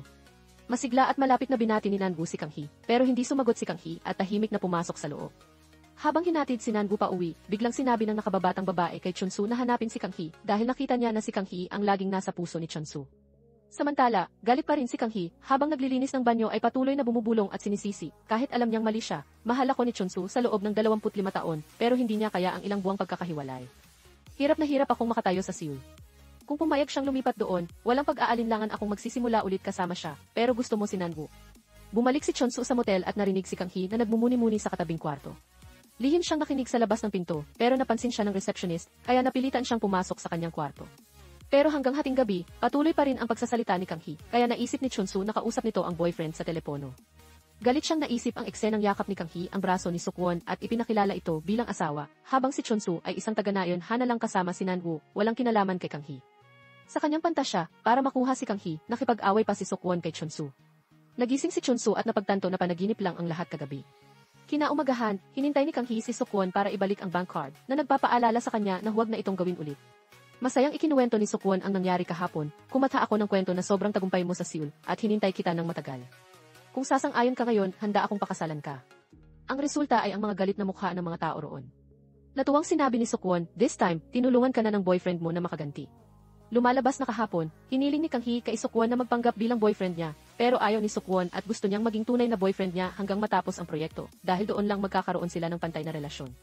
Kaya ngayon, gusto ni Sukwon na iayain ang kanyang tunay na girlfriend na mag-date, pero sinabi lang ni Kang Hee na busy siya at tumanggi. Pagkatapos, hinintay ni Kang Hee ang mga alaala na iniwan ng lolo ni Chonsu para sa kanya. Kahit lolo ito ni Chonsu, para kay Kang Hee, parang sarili rin niyang lolo.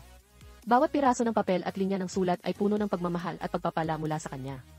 Maingat na itinago ni Kang Hee ang mga ito sa isang kahon at pumunta sa veterinary clinic para makipagkita kay Nanbu, pero parang umiiwas si Nanbu at nag-aalangan, sinabing, siguro ang sagot na hinintay mo ay wala sa akin.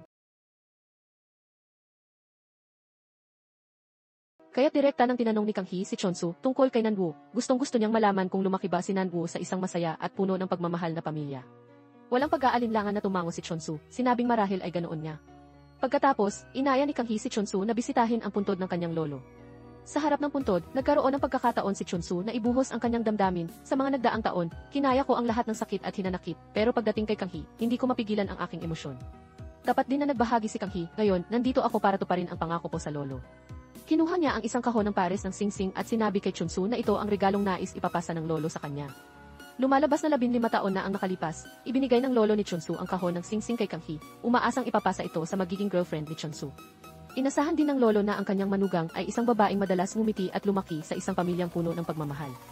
Ngayon, inamin ni Kang Hee na ang tunay na dahilan ng kanyang pagpunta ay hindi ang proyektong konstruksyon ng hotel, kundi para tingnan kung ang girlfriend ni Chonsu ay tumutugma sa pamantayan ng lolo. Tiningnan niya si Nanbu at naisip, marahil ang isang babaeng madalas ngumiti at kaibig-ibig tulad ni Nanbu ang tunay na bagay kay Chonsu, at ako siguro ay hindi kailanman magiging ganoong babae. Pagkatapos magsalita, pilit na ngumiti si Kang Hee at tumalikod, pero hindi na napigilan ang mga luha. Ang mga salita ni Kang Hee ay lubos na nakasakit kay Chonsu at sa kanyang isipan. Naghalo-halo ang mga alaala mula sa matapang na pag-alis ni Kang Hee sa nayon, 15 taon na ang nakalipas hanggang sa masakit at punit-punit na ekspresyon niya ngayon. Ang bawat masaya at malungkot na sandali ni Kang Hee ay bumalik sa isipan ni Chonsu. Mabilis siyang tumayo, hinintay si Kang Hee, at niyakap siya mula sa likod, humihingi ng tawad dahil ngayon lang niya tunay na naunawaan ang sakit na tiniis ni Kang Hee sa mga nagdaang taon. Nagkwento si Kang Hee na kahit gaano siya magpursige, hindi niya magawang maging babaeng inaasahan ng lolo bilang manugang na isa rin sa mga dahilan kung bakit palagi niyang itinutulak palayo si Chonsu. Napansin ni Chonsu na ang singsing ang ugat ng lahat, kaya't dumiretso siyang itinapon ito sa ilog. Nagpanik si Kang Hee, sumisid sa tubig para hanapin ang singsing at ibigay kay Nanbu, pero mabilis na pinigilan siya ni Chonsu, inamin na wala siyang nararamdaman kay Nanbu. Sa gitna ng pagtatalo, nawala ng balanse si Kang Hee at niyakap siya ni Chonsu. Naguluhan si Kang Hee at itinulak si Chonsu sa ilog, kaya't pareho silang nabasa. Sa daan pa uwi, tinanggal ni Chonsu ang kanyang jacket para ibalot kay Kang Hee at ipinaliwanag na ang mga chismis tungkol sa kanya at kay Nanbu ay gawa-gawa lang ng mga taga-nayon.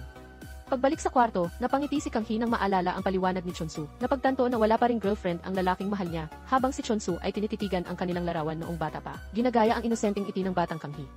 Kinabukasan, nagulat si Kang Hee nang makita si Direktor Huang sa Motel California, lalo na nang makita ang magandang high heels nito kahit kakalabas lang mula sa cast, at sinabing makikipagkita siya ngayon sa isang lalaking nagngangalang Chon Byung. Natulala si Kang Hee sa gulat. Ikinuwento pa ni Direktor Huang na minsan siyang nagbigay ng mainit na teddy bear sa panganay na anak na babae ng lalaking ito. Narinig ito ni Kang Hee at lubos na nabigla. Pagkatapos nito, sinubukan ni Kang Hee na siraan ang lalaking nagngangalang Chon Bil na sinasabi na wala itong kwenta at umaasang muling isaalang-alang ni Direktor Hong ang tungkol sa kanya. Gayunpaman, sa paningin ni Direktor Hong, si Chon Bil ay palaging isang sopistikado at romantikong ginoo. Hanggang sa ibinunyag ni Suko ang katotohanan, nalaman ni Direktor Hong na mag-ama sila at labis siyang nagulat. Galit na galit, umuwi si Kang Hee na balak itapon ang teddy bear, ngunit biglang dumating si Chonsu at pinigilan siya. Sa galit, ikinuwento ni Kang Hee ang nakakabagbag damdaming pangyayari maraming taon na ang nakalipas nang dahil sa hindi nila mahanap si Chon Bil, nadala ng huli ang kanyang ina sa ospital, kaya't nalaglag ang bata. Hanggang ngayon, malinaw na naaalala ni Kang Hee ang nakakatakot na gabing iyon. Mula noon, tinutukoy na lamang niya ang kanyang ama sa pangalan nito dahil sa tingin niya ay isang iresponsable at babaerong lalaki ito. Ikinuwento rin ni Kang Hee kay Chonsu, alam mo ba na ang babaeng kasama ng aking ama noong gabing nawala ang aking kapatid ay ang iyong ina. Kaya't hindi niya mapapatawad ni ang kanyang ama ni ang ina ni Chonsu. Sa mga salitang ito, nanahimik si Chonsu. Nagpasya si Kang Hee na bumalik sa Seoul kasama si Direktor Hong. Nag-alinlangan si Chonsu sa silid, ngunit sa huli, walang magawa kundi panoorin ang mahal niyang umalis. Pagdating sa Seoul, pakiramdam ni Kang Hee ay parang ibong nakawala sa kulungan, mas malaya kaysa sa nayon ng Hana. Pero hindi niya maipaliwanag kung bakit laging nasa isip niya si Chonsu. Hindi rin maganda ang lagay ni Chonsu, nakatulala siya sa mga larawang kuha nila ni Kang Hee noong bata pa sila, mabigat ang loob. Si Soko naman, matigas ang ulo at nanatili sa Motel California, sadyang tumatawag kay Kang Hee sa harap ni Chonsu, kunwaring malapit sila ni Han. Sa mga sumunod na araw sa Seoul, hindi makapag-concentrate si Kang Hee sa pag-aaral. Nakipagkita siya kay Esther para mag-usap at doon niya napagtanto mula kay Esther na ang damdaming mas matibay pa sa pag-ibig ay pagkakaibigan ng tunay na pangmatagal ang damdamin, tulad ng pagkakaibigan nila ni Suko mula pagkabata. Dahil dito, nagpasya si Kang Hee na bumalik sa nayon ng Hana para makipagkita kay Chunsu at seryosong iminungkahi. Sa halip na subukang kalimutan ang isa't isa, pero lalo lang natin namimiss, magkaibigan na lang tayo. Pagkatapos, kinuha niya ang isang kahon ng ice cream, sinabing nais niyang ibahagi ito kay Chunsu bilang kaibigan. Maya-maya, pumasok si Chunsu sa silid ni Kang Hee para kumuha ng kutsara, pero hindi komportable si Kang Hee at sinabing, gumamit ka ng ibang kutsara. Sino bang magkaibigan ang gumagamit ng isang kutsara para kumain ng ice cream?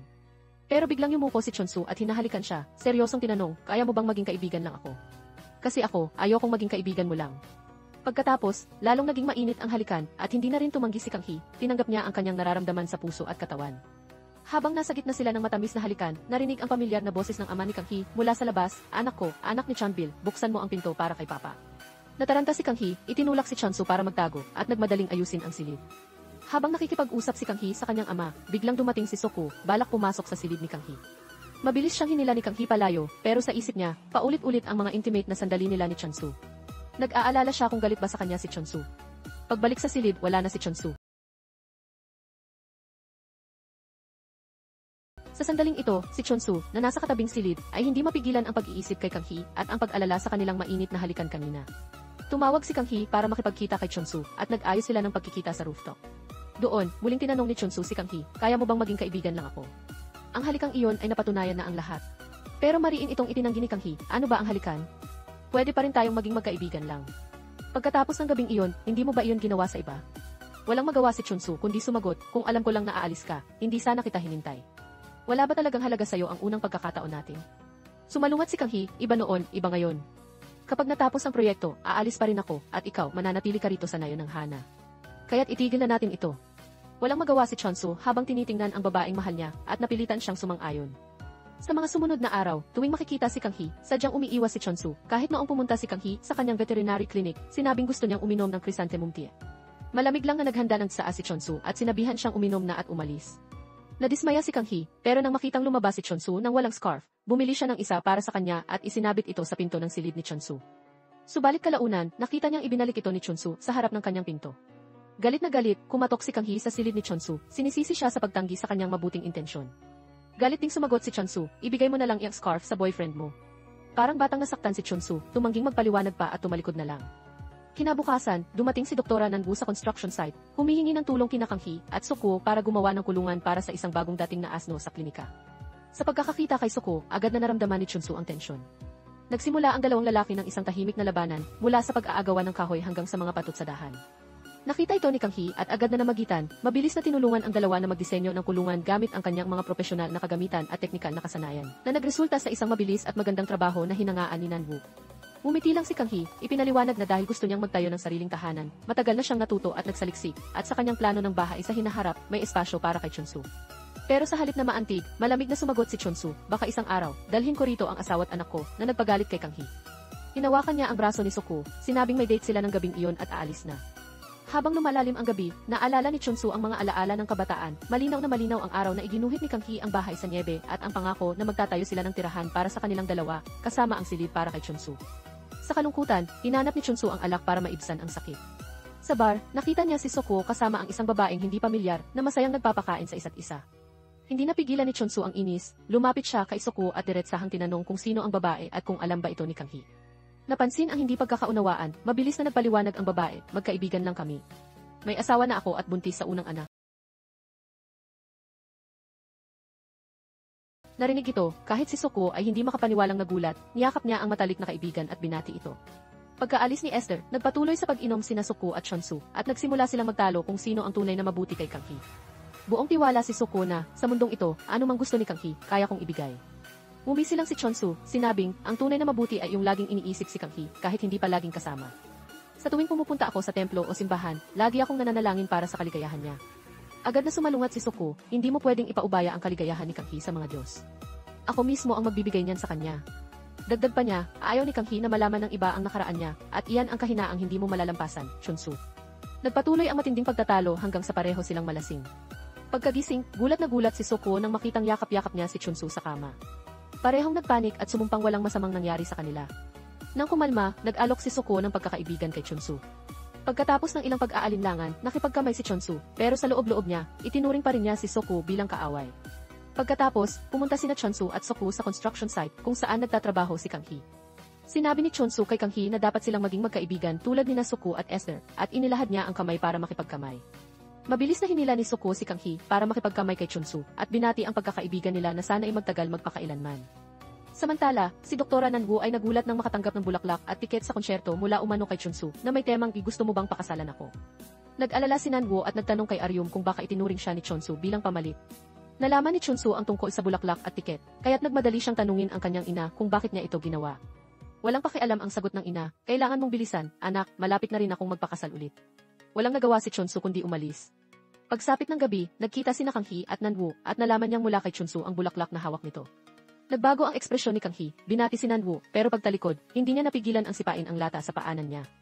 Sa daan pabalik sa Motel California, balak sanang magbigay ng bulaklak si Sung-on, ang matalik na kaibigan, kay Aryum, pero nagbago ang isip at ibinigay na lang kay Kang Hee ang bulaklak.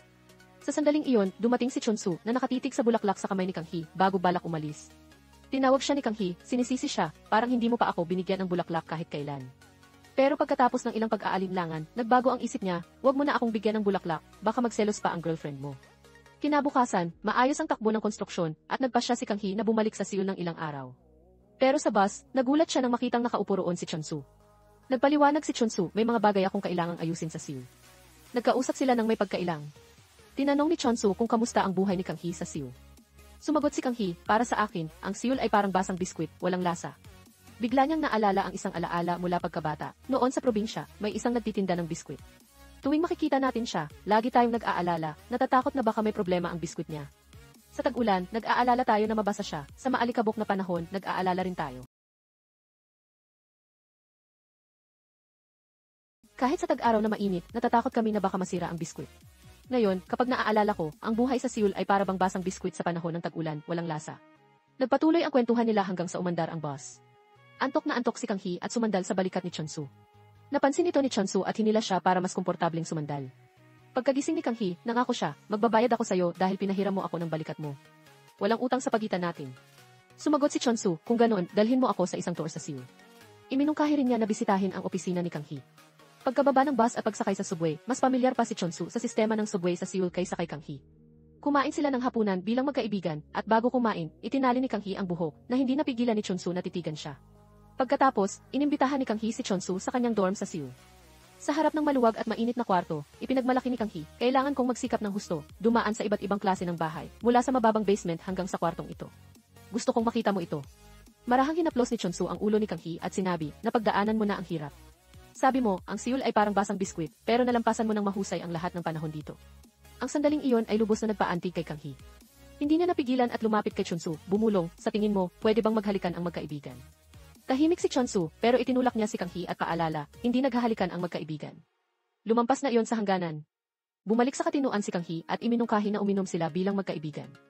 Sa convenience store, napansin ni Kang Hee ang kahon ng Three Wolves sa istante, habang si Chonsu naman, napansin ang sira ng bombilya sa bahay.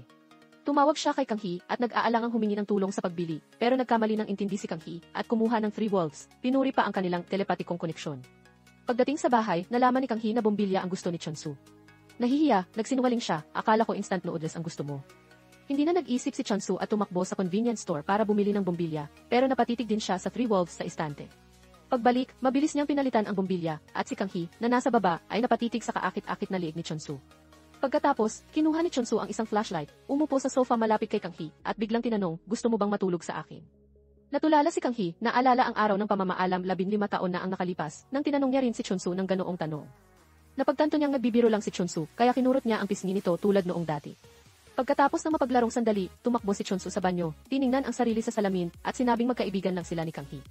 Pero nang pareho silang malasing ng kaunti, hinila ni Chonsu si Kang Hee sa kanyang dibdib at sinabi, kung mas gusto mo ako noong payat pa, magpapabigat ulit ako. Walang pag-aalinlangan si Kang Hee na hinawakan ang katawan ni Chonsu, sinabing, dati, puro laman itong mga ito. Hindi na napigilan ni Chonsu, lumapit siya para halikan si Kang Hee, pero mabilis itong umiwas si Kang Hee, nagdahilan na pupunta sa banyo. Paglabas niya matapos mag-spray ng pabango, nakita niyang nakahandusay na si Chonsu sa sahig, lasing na kinagalit ni Kang Hee. Kinaumagahan, ginigising ni Kang Hee si Chonsu nang may simangot. Si Chonsu, nakaupo sa banyo, ay sinisi ang sarili dahil sa kalasingan, hindi niya natuloy ang gusto sa minamahal. Paglabas nila para mag-almusal, hindi sinasadyang nakita ni Chonsu si Soku. Nagtataka ang batang mayaman nang makita si Chunsu sa bahay ni Kang Hee, hinintay pa na nag-abside sila. Sadyang umamin si Chunsu, ganon nga, kaya't mabilis na nagpaliwanag si Kang Hee na walang mali siya ang nangyari sa kanila. Pero nag-aalala pa rin si Soku. Sa huli, nagkwento siya kay Esther na napansing nagsiselo si Soku kay Chunsu. Sinadya ni Esther na purihin si Chunsu sa harap niya, sinabing cool, gwapo, at tunay na lalaki ito na nagpagalit kay Soku na nagmalaki na siguradong mapapasa kanya ang puso ni Kang Hee. Pagkatapos ng almusal, sumakay si Kang Hee ng bus mag-isa dahil may iba pang gagawin si Chunsu. Pero nang nakaupo na siya, kumatok si Chunsu sa bintana, hinila siya palabas, at sinabing gusto niyang magtagal ng isa pang araw sa Seoul kasama si Kang Hee. Gusto kong malaman kung paano kaya kung sumama ako sa iyo sa Seoul noon. Samantala, sa nayo ng Hana, nakatanggap ng mensahe ang ina ni Chunsu mula sa anak na hindi makakapunta sa konsyerto kasama si Nanwoo. Nagpadala rin si Chunsu ng parehong mensahe kay Nanwoo. Nagpanik ang ina at tumakbo sa veterinary clinic, nalaman na umalis na si Chunsu patungong Seoul kahapon. Nagmadali siyang pumunta sa construction site at nalaman na umalis na rin si Kang Hee mula kahapon. Sa Seoul, dinala ni Kang Hee si Chunsu sa isang maliit na basement room kung saan siya dating nanirahan sa mga mahihirap na araw. Humiga sila sa maliit na kama at si Kang Hee, na nasa gilid, halos mahulog pero nasalo siya ni Chunsu. Sa masikip na kama, nagyakapan sila na parang magkasintahan. Biglang kumatok ang may-ari, kaya't mabilis silang umupo, nahihiyang itago ang nararamdaman. Pagkatapos ng pagbisita, pumunta sila sa mall, naglaro ng iba't ibang laro, at madaling nanalo si Chunsu sa lahat, binigyan pa si Kang Hee ng cute na teddy bear. Masaya silang nagpa-picture, pero panandalian lang ang saya. Tumawag ang matalik na kaibigan ni Kang Hee, pero boses ng ina ni Chunsu ang narinig. Galit na sinisi si Kang Hee, at ipinagbawal na makipagkita kay Chunsu, hinintay na ipapasa ang phone kay Chunsu. Sa pagkagulo, hindi nagdalawang isip si Chunsu na tanggihan ang tawag. Hinanap ng ina ni Chunsu ang ama ni Kang Hee, sinisisi siya, bakit dinadala ng anak mo ang anak ko? Dagdag pa niya, hindi ba't makatwiran ito? Noon, binalaan na kita na huwag hayaang magkita ang ina ni Kang Hee at ang asawa ko, pero naniwala ka na wala silang relasyon. Ano ang nangyari? Nagmamahalan sila at tumakas ng gabi. Kung hindi dahil doon, masaya na sana kami ng ama ni Chunsu. Kumunot ang noo ni Chonbil, pagkatapos ay humingi ng tawad, kakasalan ko ang lahat. Mabilis na natapos ang maikling paglalakbay ng dalawa sa Seoul. Nag-alala si Kang Hee sa galit ng ina ni Chunsu, pero pinakalmahan siya ni Chunsu, nangakong, ipapaliwanag ko ng maayos sa nanay ko. Pagkababa ng bus, gaya ng inaasahan, galit na sumugod ang ina ni Chunsu, pero mabilis siyang hinila ni Chunsu para protektahan si Kang Hee. Kinabukasan, nalaman ni Doktora Nanwoo na ang bulaklak at tiket ay mula sa ina ni Chunsu, at nadismaya siya. Iminungkahi niya kay Chunsu na linawin ang relasyon nila, pero nahirapan si Chunsu at sinabi, bigyan mo muna ako ng oras hanggang matapos ang trabaho ni Kang Hee, at umalis siya sa nayon. Pagkatapos, ipapaliwanag niya dahil ayaw niyang isisi ng mga taga-nayon kay Kang Hee ang paghihiwalay nila, habang patuloy na nagrereklamo ang ina ni Chunsu kay Chonbil sa Motel California, ayokong magkagusto ang dalawang bata. Siguro pagsitsismisan sila sa nayon ng Hana. Bakit kailangang pagdaanan ni Chunsu ang ganoon? Mahinahon lang na tinanong siya ni Chonbil, kung ganoon mo kamahal ang bata, bakit iniwan mo sa kanya ang responsibilidad na alagaan ang lolo niya habang abala ka sa mga diborsyo? Alam mo ba na nagpa-reserve siya ng pag-aaral ng ilang beses para alagaan ang may sakit na lolo? Galit na sumagot ang ina, ano ang ipinangako mo? Noong namatay ang ama ni Chunsu, sinabi mo na ako na ang bahala sa buhay ko, at ikaw ang mag-aalaga sa lolo ni Chunsu. Dahil ba sa guilt mo sa pagpapakasal sa babaeng iyon? Si Kang Hee, kamukha ng ina niya. Hindi na napigilan ni Chonbil ang galit at sumigaw, ikaw pa ang may ganang magmalaki bilang ina. Habang pinagsitsismisan ang mga bata, bilang magulang, dapat naunawaan natin sila. Bakit mo pa sila sinasaktan ng mga salita mo? Hindi mo ba naisip na mas magulo ang nararamdaman nila kaysa sayo? Hanggang kailan ka magiging ganyan kapabaya? Mabilis kumalat ang chismis tungkol sa relasyon ni Chunsu at Kang Hee sa buong nayon. Dumating pa ang kapitbahay para payuhan si Chonbil na pigilan ang dalawa, na ang pinakamabuti ay ibalik si Kang Hee sa Seoul o ipakasal ang ina ni Chunsu sa ibang lugar.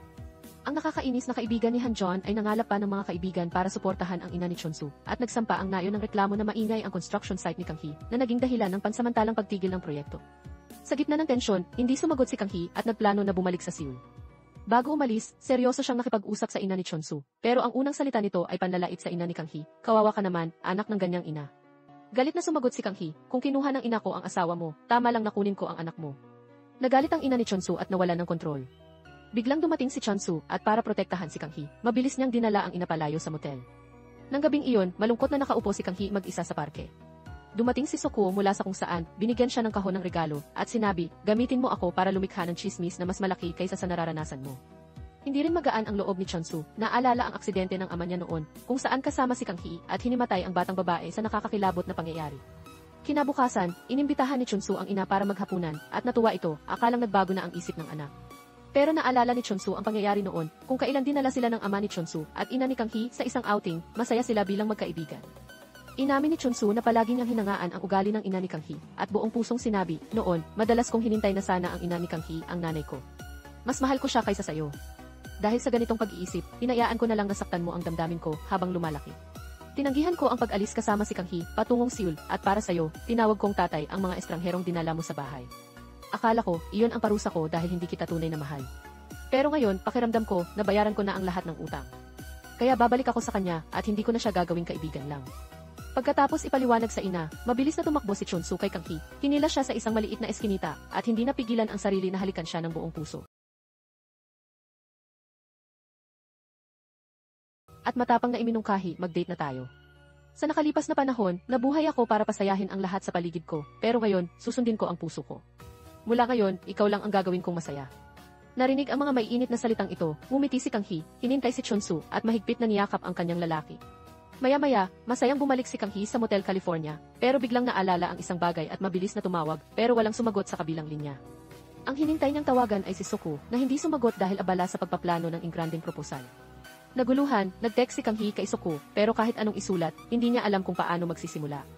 Nang dumating si Chunsu, ikinuwento niya sa nobyo, tinanggap ko na ang engagement necklace mula kay Suko. Dati, binigyan siya ni Suko ng kwintas at sinabihan, tanggapin mo ito, magpaplano ako ng espesyal para makapagpatuloy ang konstruksyon. Noon, inakala ni Kang Hee na walang masama sa planong lumikha ng chismis, kaya tinanggap niya ang kwintas at sumali sa plano ni Suko. Ngayon, pagkarinig ng kwento, ngumiti lang si Chunsu, hinintay si Kang Hee ng may pagmamahal, at sinabi na natutuwa siya dahil alam niyang trabaho lang ang ugnayan ni Kang Hee at Suko. Muli, hinintay ni Chunsu ang nobya ng may init, masaya dahil ito ang unang araw nila, pero nagsumiksik si Kang Hee, hindi pa ngayon. Pagbalik ni Suko, ibabalik ko ang kwintas, tapos magsisimula tayong mag-date ng opisyal, okay? Bagamat hindi natuwa si Chunsu sa paghihintay, mabilis niyang hinawakan ng mahigpit ang kamay ni Kang Hee at pumayat. Kaya kinabukasan, palihim na nagpapalitan ng matatamis na tingin sina Kang Hee at Chunsu. Biglang tumawag si Suko, hinintay si Kang Hee sa isang lugar. Puno ng kuryosidad, lumabas si Kang Hee mula sa motel, at agad siyang binigyan ng rosas ng isang dumaan, na nagbigay ng direksyon. Nagduda si Kang Hee pero sumunod, hanggang makarating sa isang lugar na may pulang karpet, napapaligiran ng maraming excited na tao. Nang amuyin ang kakaiba, gusto na sanang tumakas ni Kang Hee, pero hinintay siya ng isang batang lalaki at dinala kay Suko, na kumakanta ng buong puso sa gitna ng palakpakan. Sa harap ng mga hinintay na mata, lumuhod si Suko, kinuha ang singsing, at nag-propose kay Kang Hee. Ang proposal ni Suko ay nagpagulo sa crowd, lalo na nang magpadala siya ng mga truck at bus na umikot para gawing mas ingrande ang seremonya. Si Chunsu, na nasa tabi ni Kang Hee, ay hindi rin makapagsalita. Sa gabi, pumunta si Chunsu sa isang tindahan ng alahas, ipinakita ang disenyo ng kwintas na ibinigay ni Suko kay Kang Hee, at tinanong kung may kapareho nito. Umiling ang may-ari, kung gagayahin ang kwintas na ito, magastos din kung bibili ka nito, mas praktikal na bumili ng bahay. Nalungkot si Chunsu, pero parang nadagdagan ang motibasyon. Nagsimula siyang magtrabaho ng todo araw at gabi, hanggang sa isipin ni Doktora Nangu na nabigla si Chunsu sa bilyon-bilyong proposal ni Suko. Nang gabing iyon, nalaman ni Suko ang lahat at hinintay si Chunsu para mag-usap. Pagkatapos ng ilang baso ng alak, tinanong ng batang mayaman, bakit, sabi mo magkakaibigan kayo ni Kang Hee habang buhay, pero nagbago ang isip mo. Umiling si Chunsu, hindi ko kayang maging kaibigan lang niya. Kahit na marami na akong sinubukan, gusto kong maging tagaprotekta ni Kang Hee kapag siya'y may sakit, at sa hinaharap, gusto ko rin ng isang magandang anak na babae tulad ni Kang Hee. Narinig ang mga tapat na salita mula kay Chunsu, natigilan si Suko, inubos ang baso ng alak, at nangakong aatras na, basta't huwag sasaktan ni Chunsu si Kang Hee. Masayang bumalik si Chunsu sa Motel California, ikinuwento kay Kang Hee ang usapan nila ni Suko. Inamin din ni Kang Hee na ibinahagi niya ang kanilang love story kay Aryum, at sa rooftop, isiniwalat din ito ni Aryum sa iba pang matalik na kaibigan. Kahit medyo nagulat, sinuportahan ng lahat ang desisyon ng dalawa. Kaya kinabukasan, habang nagde-date ang magkasintahan, kusang naging bodyguards, ang mga kaibigan, sinisigurong hindi sila mapapansin ng publiko. Pero nahuli pa rin ang mga sweet moments ni Kang Hee at Chunsu sa kamera at napunta kay Suko. Sa mga larawang ito, hindi na itago ni Suko ang kalungkutan. Napansin ito ni Esther at agad siyang inaliw, paano ka naman kailanman may iwan ni Kang Hee, napakagaling mo kaya. Tumawa si Suko, kahit gaano ako kagaling, hindi mo naman ako kailangan. Sa unang pagkakataon, seryosong inamin ni Esther, ayoko ng arranged marriage, pero hindi ibig sabihin noon na hindi kita gusto. Pagkatapos, kinuwento ni Esther sa anak sa sinapupunan sa harap ni Suko, anak, ang unang pag-ibig ng mama mo ay nasa emosyonal na estado, kailangan mong aliwin si Tito, ha? Dinala ni Esther si Suko sa mall para mamili ng gamit ng sanggol, pero habang namimili, nakita ni Suko ang asawa ni Esther na malapit sa ibang babae, bumibili rin ng gamit para sa sanggol. Galit na sumugod si Suko at sinuntok ang lalaki. Mula sa malayo, tumakbo si Esther at ipinaliwanag, kapatid lang ng asawa ko ang babaeng iyon. Kinulbit ni Vin, asawa ni Esther, si Suko at sinabihan, ikaw ang hindi dapat lumapit sa asawa ng iba. Sa nayon ng Hana, nagde-date ng pribado sina Chonsu at Kang Hee. Personal na gumawa si Chonsu ng masarap na almusal gamit ang yogurt para kay Kang Hee na nagpasaya sa kanya. Sa proseso, iminungkahi ni Chonsu, ayoko nang magtago-tago tayo. Harapin natin ang mga curious na tingin ng iba at hawakan ang kamay ng isa't isa ng hayagan. Ngumiti si Kang Hee at sumang-ayon. Pumunta sila sa tindahan ng alahas para pumili ng singsing. Sabi ni Chonsu, piliin mo ang pinakamahal rito para sa akin, pero pumili lang si Kang Hee ng simple at eleganteng singsing. Magkasamang isinuot nila ang singsing sa isa't isa at nagpa-picture bilang alaala. Pero hindi sinasadya, nakita ito ng dalawang chismosa na kapitbahay na mabilis na ikinuwento kay Dr. Nanbu na nagpakita ng awa dahil niloko, umano si Nanbu ni Chonsu. Kahit pa ulit-ulit niyang ipinaliwanag na wala silang relasyon at sismis lang ang lahat. Samantala, bumalik sina Kang Hee at Chonsu sa motel, pero ayaw ni Kang Hee na mag-isa sa kwarto, kaya hinila niya si Chonsu, puntahan mo muna ako sa kwarto ko. Ngumiti si Chonsu nang nahihiya, tumingin sa paligid at pumasok. Mabilis na gustong patayin ni Kang Hee ang ilaw para gawin ang isang makahulugang bagay, kasama si Chonsu, pero nahihiya si Chonsu, nag-aalalang binuksan ang ilaw dahil baka makita sila. Sa sandaling iyon, may kumatok si Aryum, kasama ang ina, humihingi ng tuloy-tuloy para sa gabi. Pagkatapos ayusin sina Aryum at ang ina nito, umupo ang mga kaibigan at nagkwentuhan ng mga lihim ng buhay nila. Ikinuwento ni Aryum na pagod na siya sa mga isyu ng ina, na ayaw magdiborsyo hanggang makitang kasal na si Aryum. Sinamantala rin ni Chonsu ang pagkakataon para magkwento. Ang nanay ko, ilang araw nang hindi nakikipag-ugnayan sa akin. Sumunod si Sung-on na may pagkabagot, iniwan ako ng nanay ko rito sa motel at umalis na. Tumawa si Kang Hee, nag-aagawan ba kayo? Ang nanay ko, iniwan ako rito at tumakas, tapos namatay ng hindi inaasahan. Maya-maya, sa pamamagitan ng pag-alo at mainit na yakap ng mga kaibigan, medyo gumaan ang loob ng bawat isa. Tumawag si Kang Hee sa ama, pero narinig niya ang boses ni Direktor Hong sa kabilang linya. Napabuntong hininga si Kang Hee, hindi alam na nasa ospital ang ama at binisita lang ito ni Direktor Hong.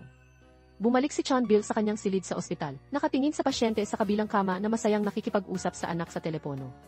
Pilit siyang ngumiti, pero labis ang pangulila, naalala ang imahe ng asawa mula noon. Pagkatapos ng ilang araw na walang balita, biglang dinala ng isang lalaki ang ina ni Chonsu pauwi.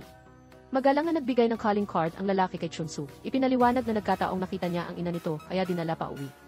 Pagkaalis ng lalaki, tinanong ni Chonsu ang ina tungkol sa lalaki, pero galit pa rin ito at hindi sumagot.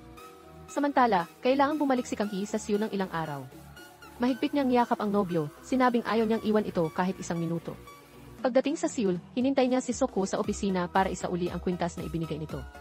Nagpakita ng lungkot si Soko, sinubukang magmalamig kay Kang Hee. Nang makipagkwentuhan si Kang Hee kay Esther, sinabi nito na sa tingin niya, tunay na minahal ni Soko si Kang Hee, kailanman hindi ko siya nakitang ganyan. Dinala ni Kang Hee si Esther pauwi, pero sa parking lot, nakita ni Esther ang asawa na hinintay ang tipinsan mula noon. Nabigla si Esther, kinuna ng video ang eksena, at dahil sa sobrang shock, naapektuhan ang sanggol sa sinapupunan, kaya't mabilis siyang dinala ni Kang Hee sa ospital. Sa nayon ng Hana, hinintay ng kapitbahay ang ama ni Kang Hee, pinayuhan na kumbinsihin ang anak dahil tinanggap na umano nito ang ingranding proposal sa Seoul pero nakikipagrelasyon pa rin kay Chonsu. Hinintay rin ng ina ni Chonsu si Chonbil, hiniling na pigilan ang dalawa. Mahinahon si Chonbil, si Kang Hee, may mayamang nobyo sa Seoul, tinanggap ang proposal, kaya dapat nasa Seoul siya, masaya.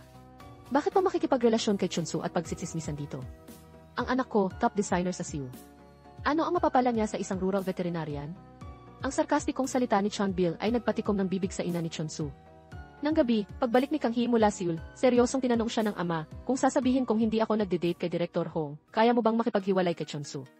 Nagulat si Kang Hee.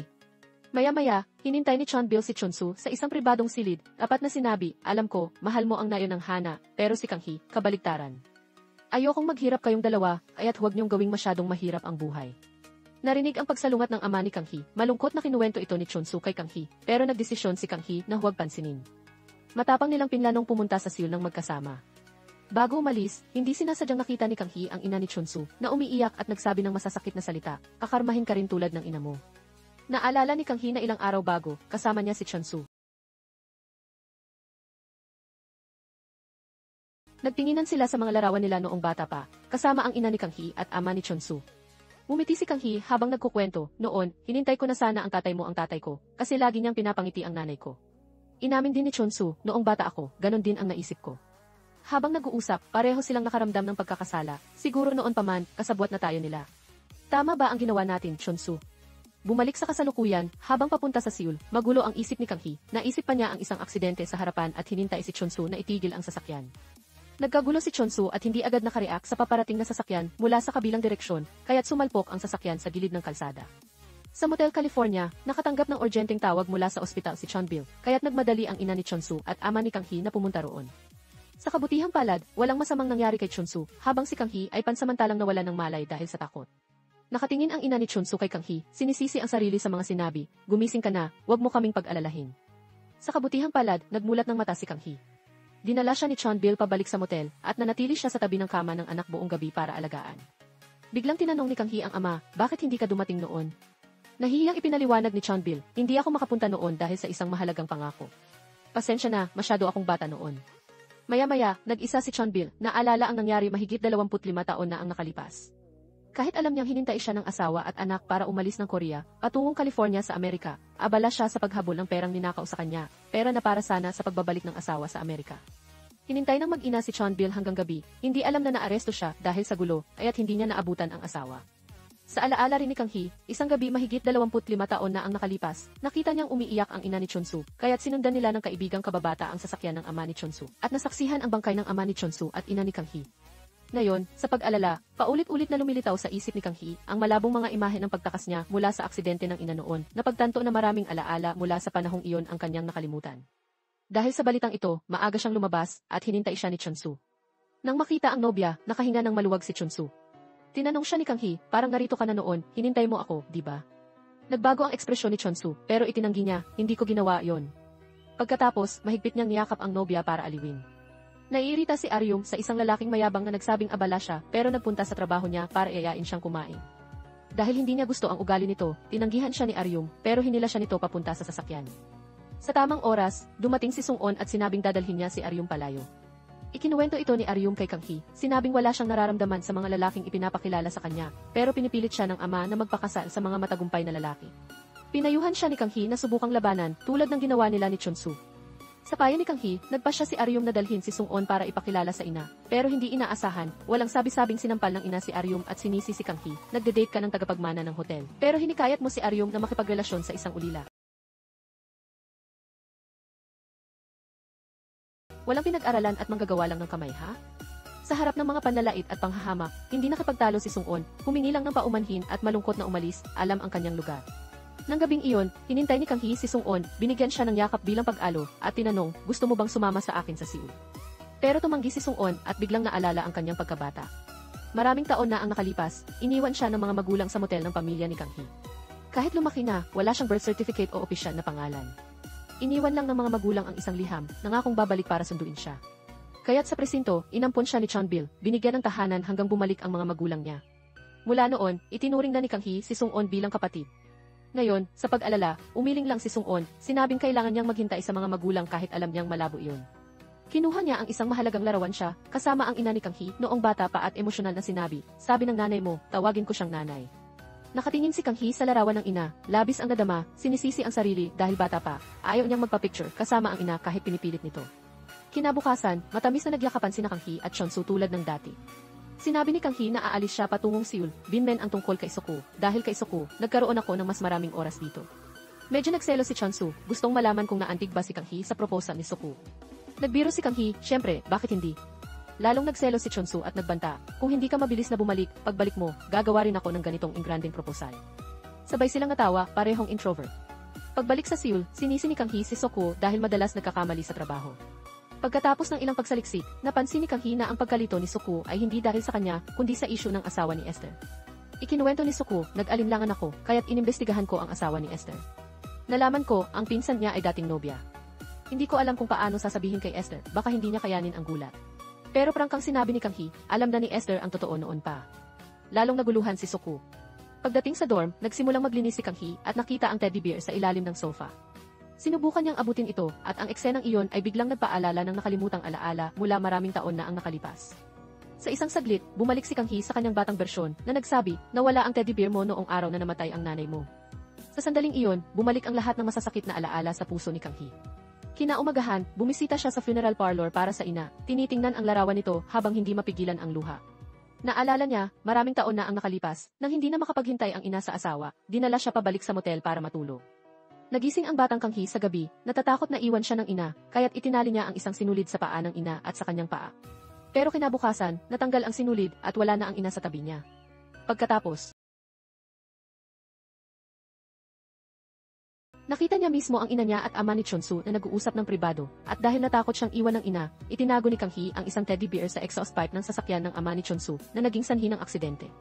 Sa pag-aakalang kasalanan niya, tumakas si Kang Hee mula sa eksena at natagpuan siya ni Chunsu sa isang liblib na lugar. Marahil ang malaking trauma ang nagpabura ng alaala nito sa kanya noon. Ngayon, naalala na ang lahat, tinitingnan ni Kang Hee ang larawan ng ina habang umiiyak ng walang tigil. Si Chunsu naman, para sorpresahin ang nobya, palihim na pumunta sa Seoul, pero hindi inaasahan na sinabi ni Kang Hee na gusto niyang makipaghiwalay. Nakita ang namumulang mata ng nobya, hindi nagtanong si Chunsu ng dahilan, sinabi lang, maghihintay ako hanggang gusto mong ikwento sa akin ang nangyari. Malungkot na bumalik si Kang Hee sa bahay, nakatulala sa teddy bear ng matagal. Ngayon, nakaayos ng maayos si Chonbil, masayang sinabi kay Sung-on, kunan mo ako ng larawan na parang para sa funeral. Tumawa si Sung-on, kakapanalo mo pa lang sa edad na to, funeral picture agad. Pero sumalungat si Chonbil, ang larawan sa funeral ang pinakamakikita ni Kang Hee, kaya gusto kong maganda at gwapo ako. Habang kinukunan, hindi maipaliwanag ni Sung-on kung bakit siya naiyak.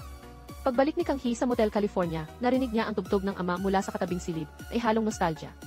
Maya-maya, tahimik siyang pumasok, umupo sa isang sulok, at naramdaman ni Chonbil ang mabigat na muod ng anak. Lumapit siya at tapat na sinabi, pasensya na, anak, sa lahat. Hindi napigilan ni Kang Hee ang umiyak, bakit ninyo ako isinilang ni nanay? Hindi naman kayo nagplano ng anak. Tumawa si Chonbil, wala akong narinig na mas bobong tanong. Alam mo ba, sikat na sikat ang banda ko noon. Iniwan ko ang minahal kong banda para umuwi sa probinsya at magnegosyo, para mabuhay ng buo para sa inyong mag-ina. Ang pinakapinagsisihan ko sa buhay ay ang pagkawala ng nanay mo. Galit na sinabi ni Kang Hee, kung ganoon, bago ako handang tanggapin ang sorry mo, at bago ako makapagsabi ng sorry, kailangan mong mabuhay ng mahaba. Pagkatapos, itinulak niya ang pinto at umalis. Kinabukasan, hinintay ni Kang Hee ang ina ni Chunsu para mag-sorry, dahil sa akin, nasaktan ka ng matagal. Kaya patawarin mo ako.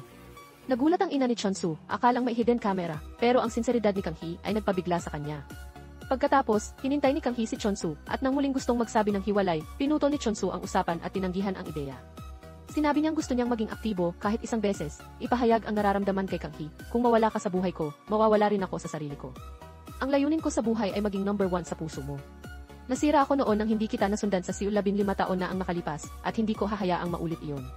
Bago natapos, nakita ni Chunsu si Kang Hee na umiiyak ng walang tunog. Sa pag-iyak, inilahad niya ang totoo, noon, nagplano ang nanay ko na tumakas kasama ang tatay mo. Inilagay ko ang teddy bear sa exhaust pipe ng sasakyan.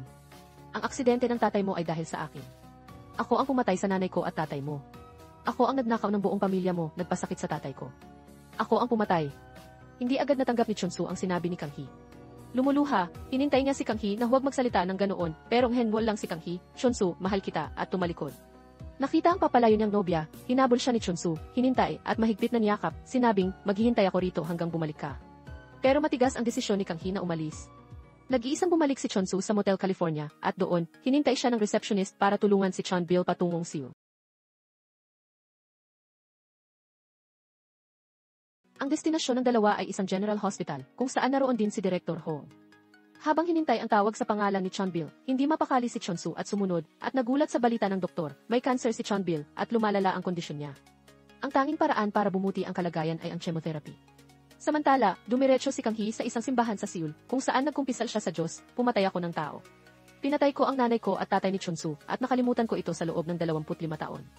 At mahal ko pa si Chunsu. Mapapatawad ba ako ng Diyos? Nagulat si Suko na kasama niya, pero walang sinabi. Paglabas, sinabi ni Kang Hee na pupunta siya sa presinto para sumuko, pero pinigilan siya ni Suko. Nangyari iyon noong bata ka pa, at ang teddy bear at sasakyan sa aksidente ay nasunog na. Paano ka sigurado na ikaw ang mali? Pero kung parusa o kapatawaran, hayaan mong si Chunsu ang magdesisyon. Bakit ka laging umiiwas? Sa oras na iyon, nagkataong nakita ni Chunsu si Director Hong, na tapat na nagkwento, 3 taon na ang nakalipas nang makilala ko si Chonbil, nasa ika-negatibo 12 na paggamot siya noon para sa cancer. Noong mga nakaraang taon, pareho kaming pasyente kakagawa ko lang ng operasyon para sa tumor, at nagkita kami ulit. Pareho kaming miyembro ng isang classic film club, kaya masaya kaming naglakad-lakad, nangakong magiging positibong kaibigan sa sakit. Gusto ko sanang maging guardian kami sa ospital, pero tumanggi si Chonbil, sinabing hindi na siya magpapatuloy sa paggamot. Sinubukan siyang kumbinsihin ni Director Hong ng ilang beses, pero walang resulta. Ngayon, humingi siya ng tulong kay Chunsu para kumbinsihin si Chonbil, pero nang payuhan siya ni Chunsu na magpatuloy sa paggamot, matigas na tumanggi si Chonbil at hinintay si Chunsu, "Huwag mong sasabihin kay Kang Hee ang sakit ko." Sa mga nakaraang taon, wala akong nagawa para sa kanya. Ngayon, bihira siyang masaya, ayokong magdusa ulit siya. Walang nagawa si Chunsu kundi sumandal sa balikat ni Chonbil bilang pag-alo. Pagkatapos ng maraming araw na pag-iisip, nagpasya si Kang Hee na hanapin si Chunsu para mag-usap, pumunta pa sa kanyang veterinary clinic, pero sinabi ni Doktora Nangu na umalis na si Chunsu nang hindi sinasabi kung saan, pero sa tingin ko, nag-interview siya. Parang gusto niyang maging veterinary researcher sa Seoul.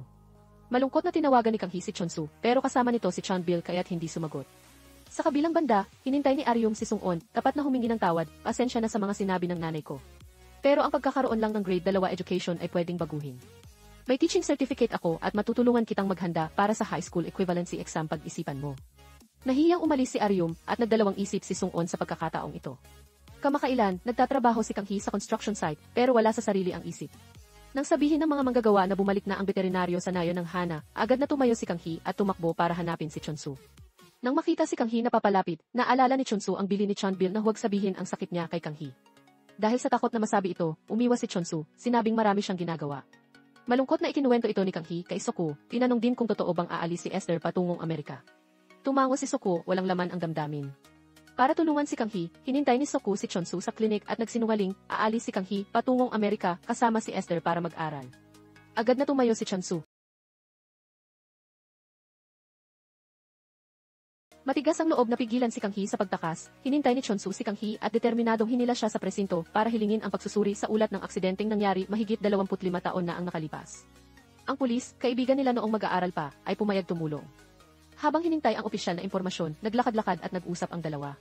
Tapat na sinabi ni Chonsu sa minamahal, kung dahil sa'yo kaya nangyari iyon sa tatay ko, kailangan mong alagaan ako sa halip niya. Huwag kang tatakas. Ano man ang resulta, hawakan mo lang ng mahigpit ang kamay ko. Narinig ito, napaluha si Kang Hee, pero ngumiti ng may ginhawa. Ngumiti rin si Chonsu at isinuot ang jacket kay Kang Hee. Hindi sinasadya, ipinasok ni Kang Hee ang kamay sa bulsa ng jacket at nakita ang isang medical receipt. Nag-alala siya at tinanong si Chonsu, anong nangyari? May masakit ba sa'yo?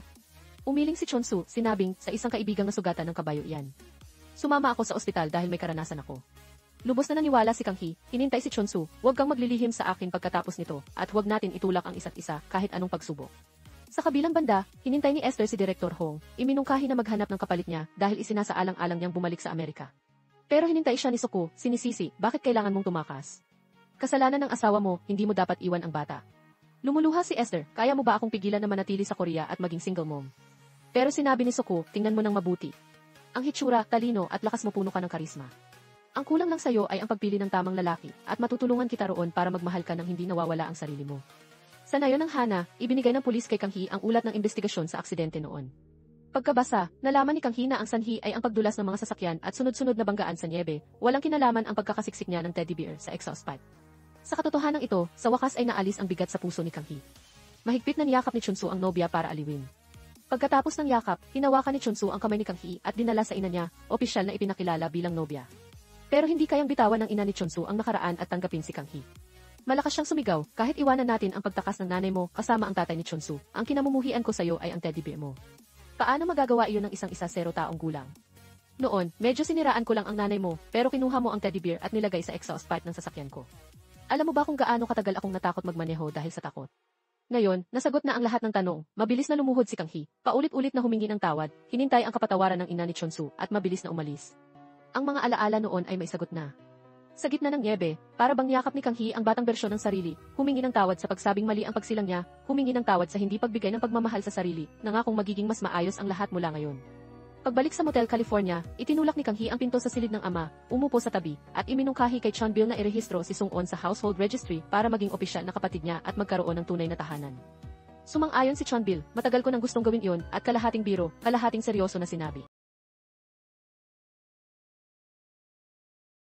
Kung sakaling mamatay ako balang araw, ikaw at si Sung-on ang maghati sa ari-arian ko, ha? Pero galit na tumanggi si Kang Hee, gastusin mo na lang ang lahat ng pera mo bago ka mamatay. Maya-maya, hindi sinasadyang nakita ni Kang Hee ang maraming gamot sa kwarto ni Chonbil nang tanungin niya, sinabi lang nito na mga bitamina iyon. Tinanong din niya si Chonsu, pero nagsinungaling din ito, sinabing wala siyang alam. Nag-alala si Kang Hee, kaya't nag-search siya online at nalaman na ang mga gamot ay para sa cancer.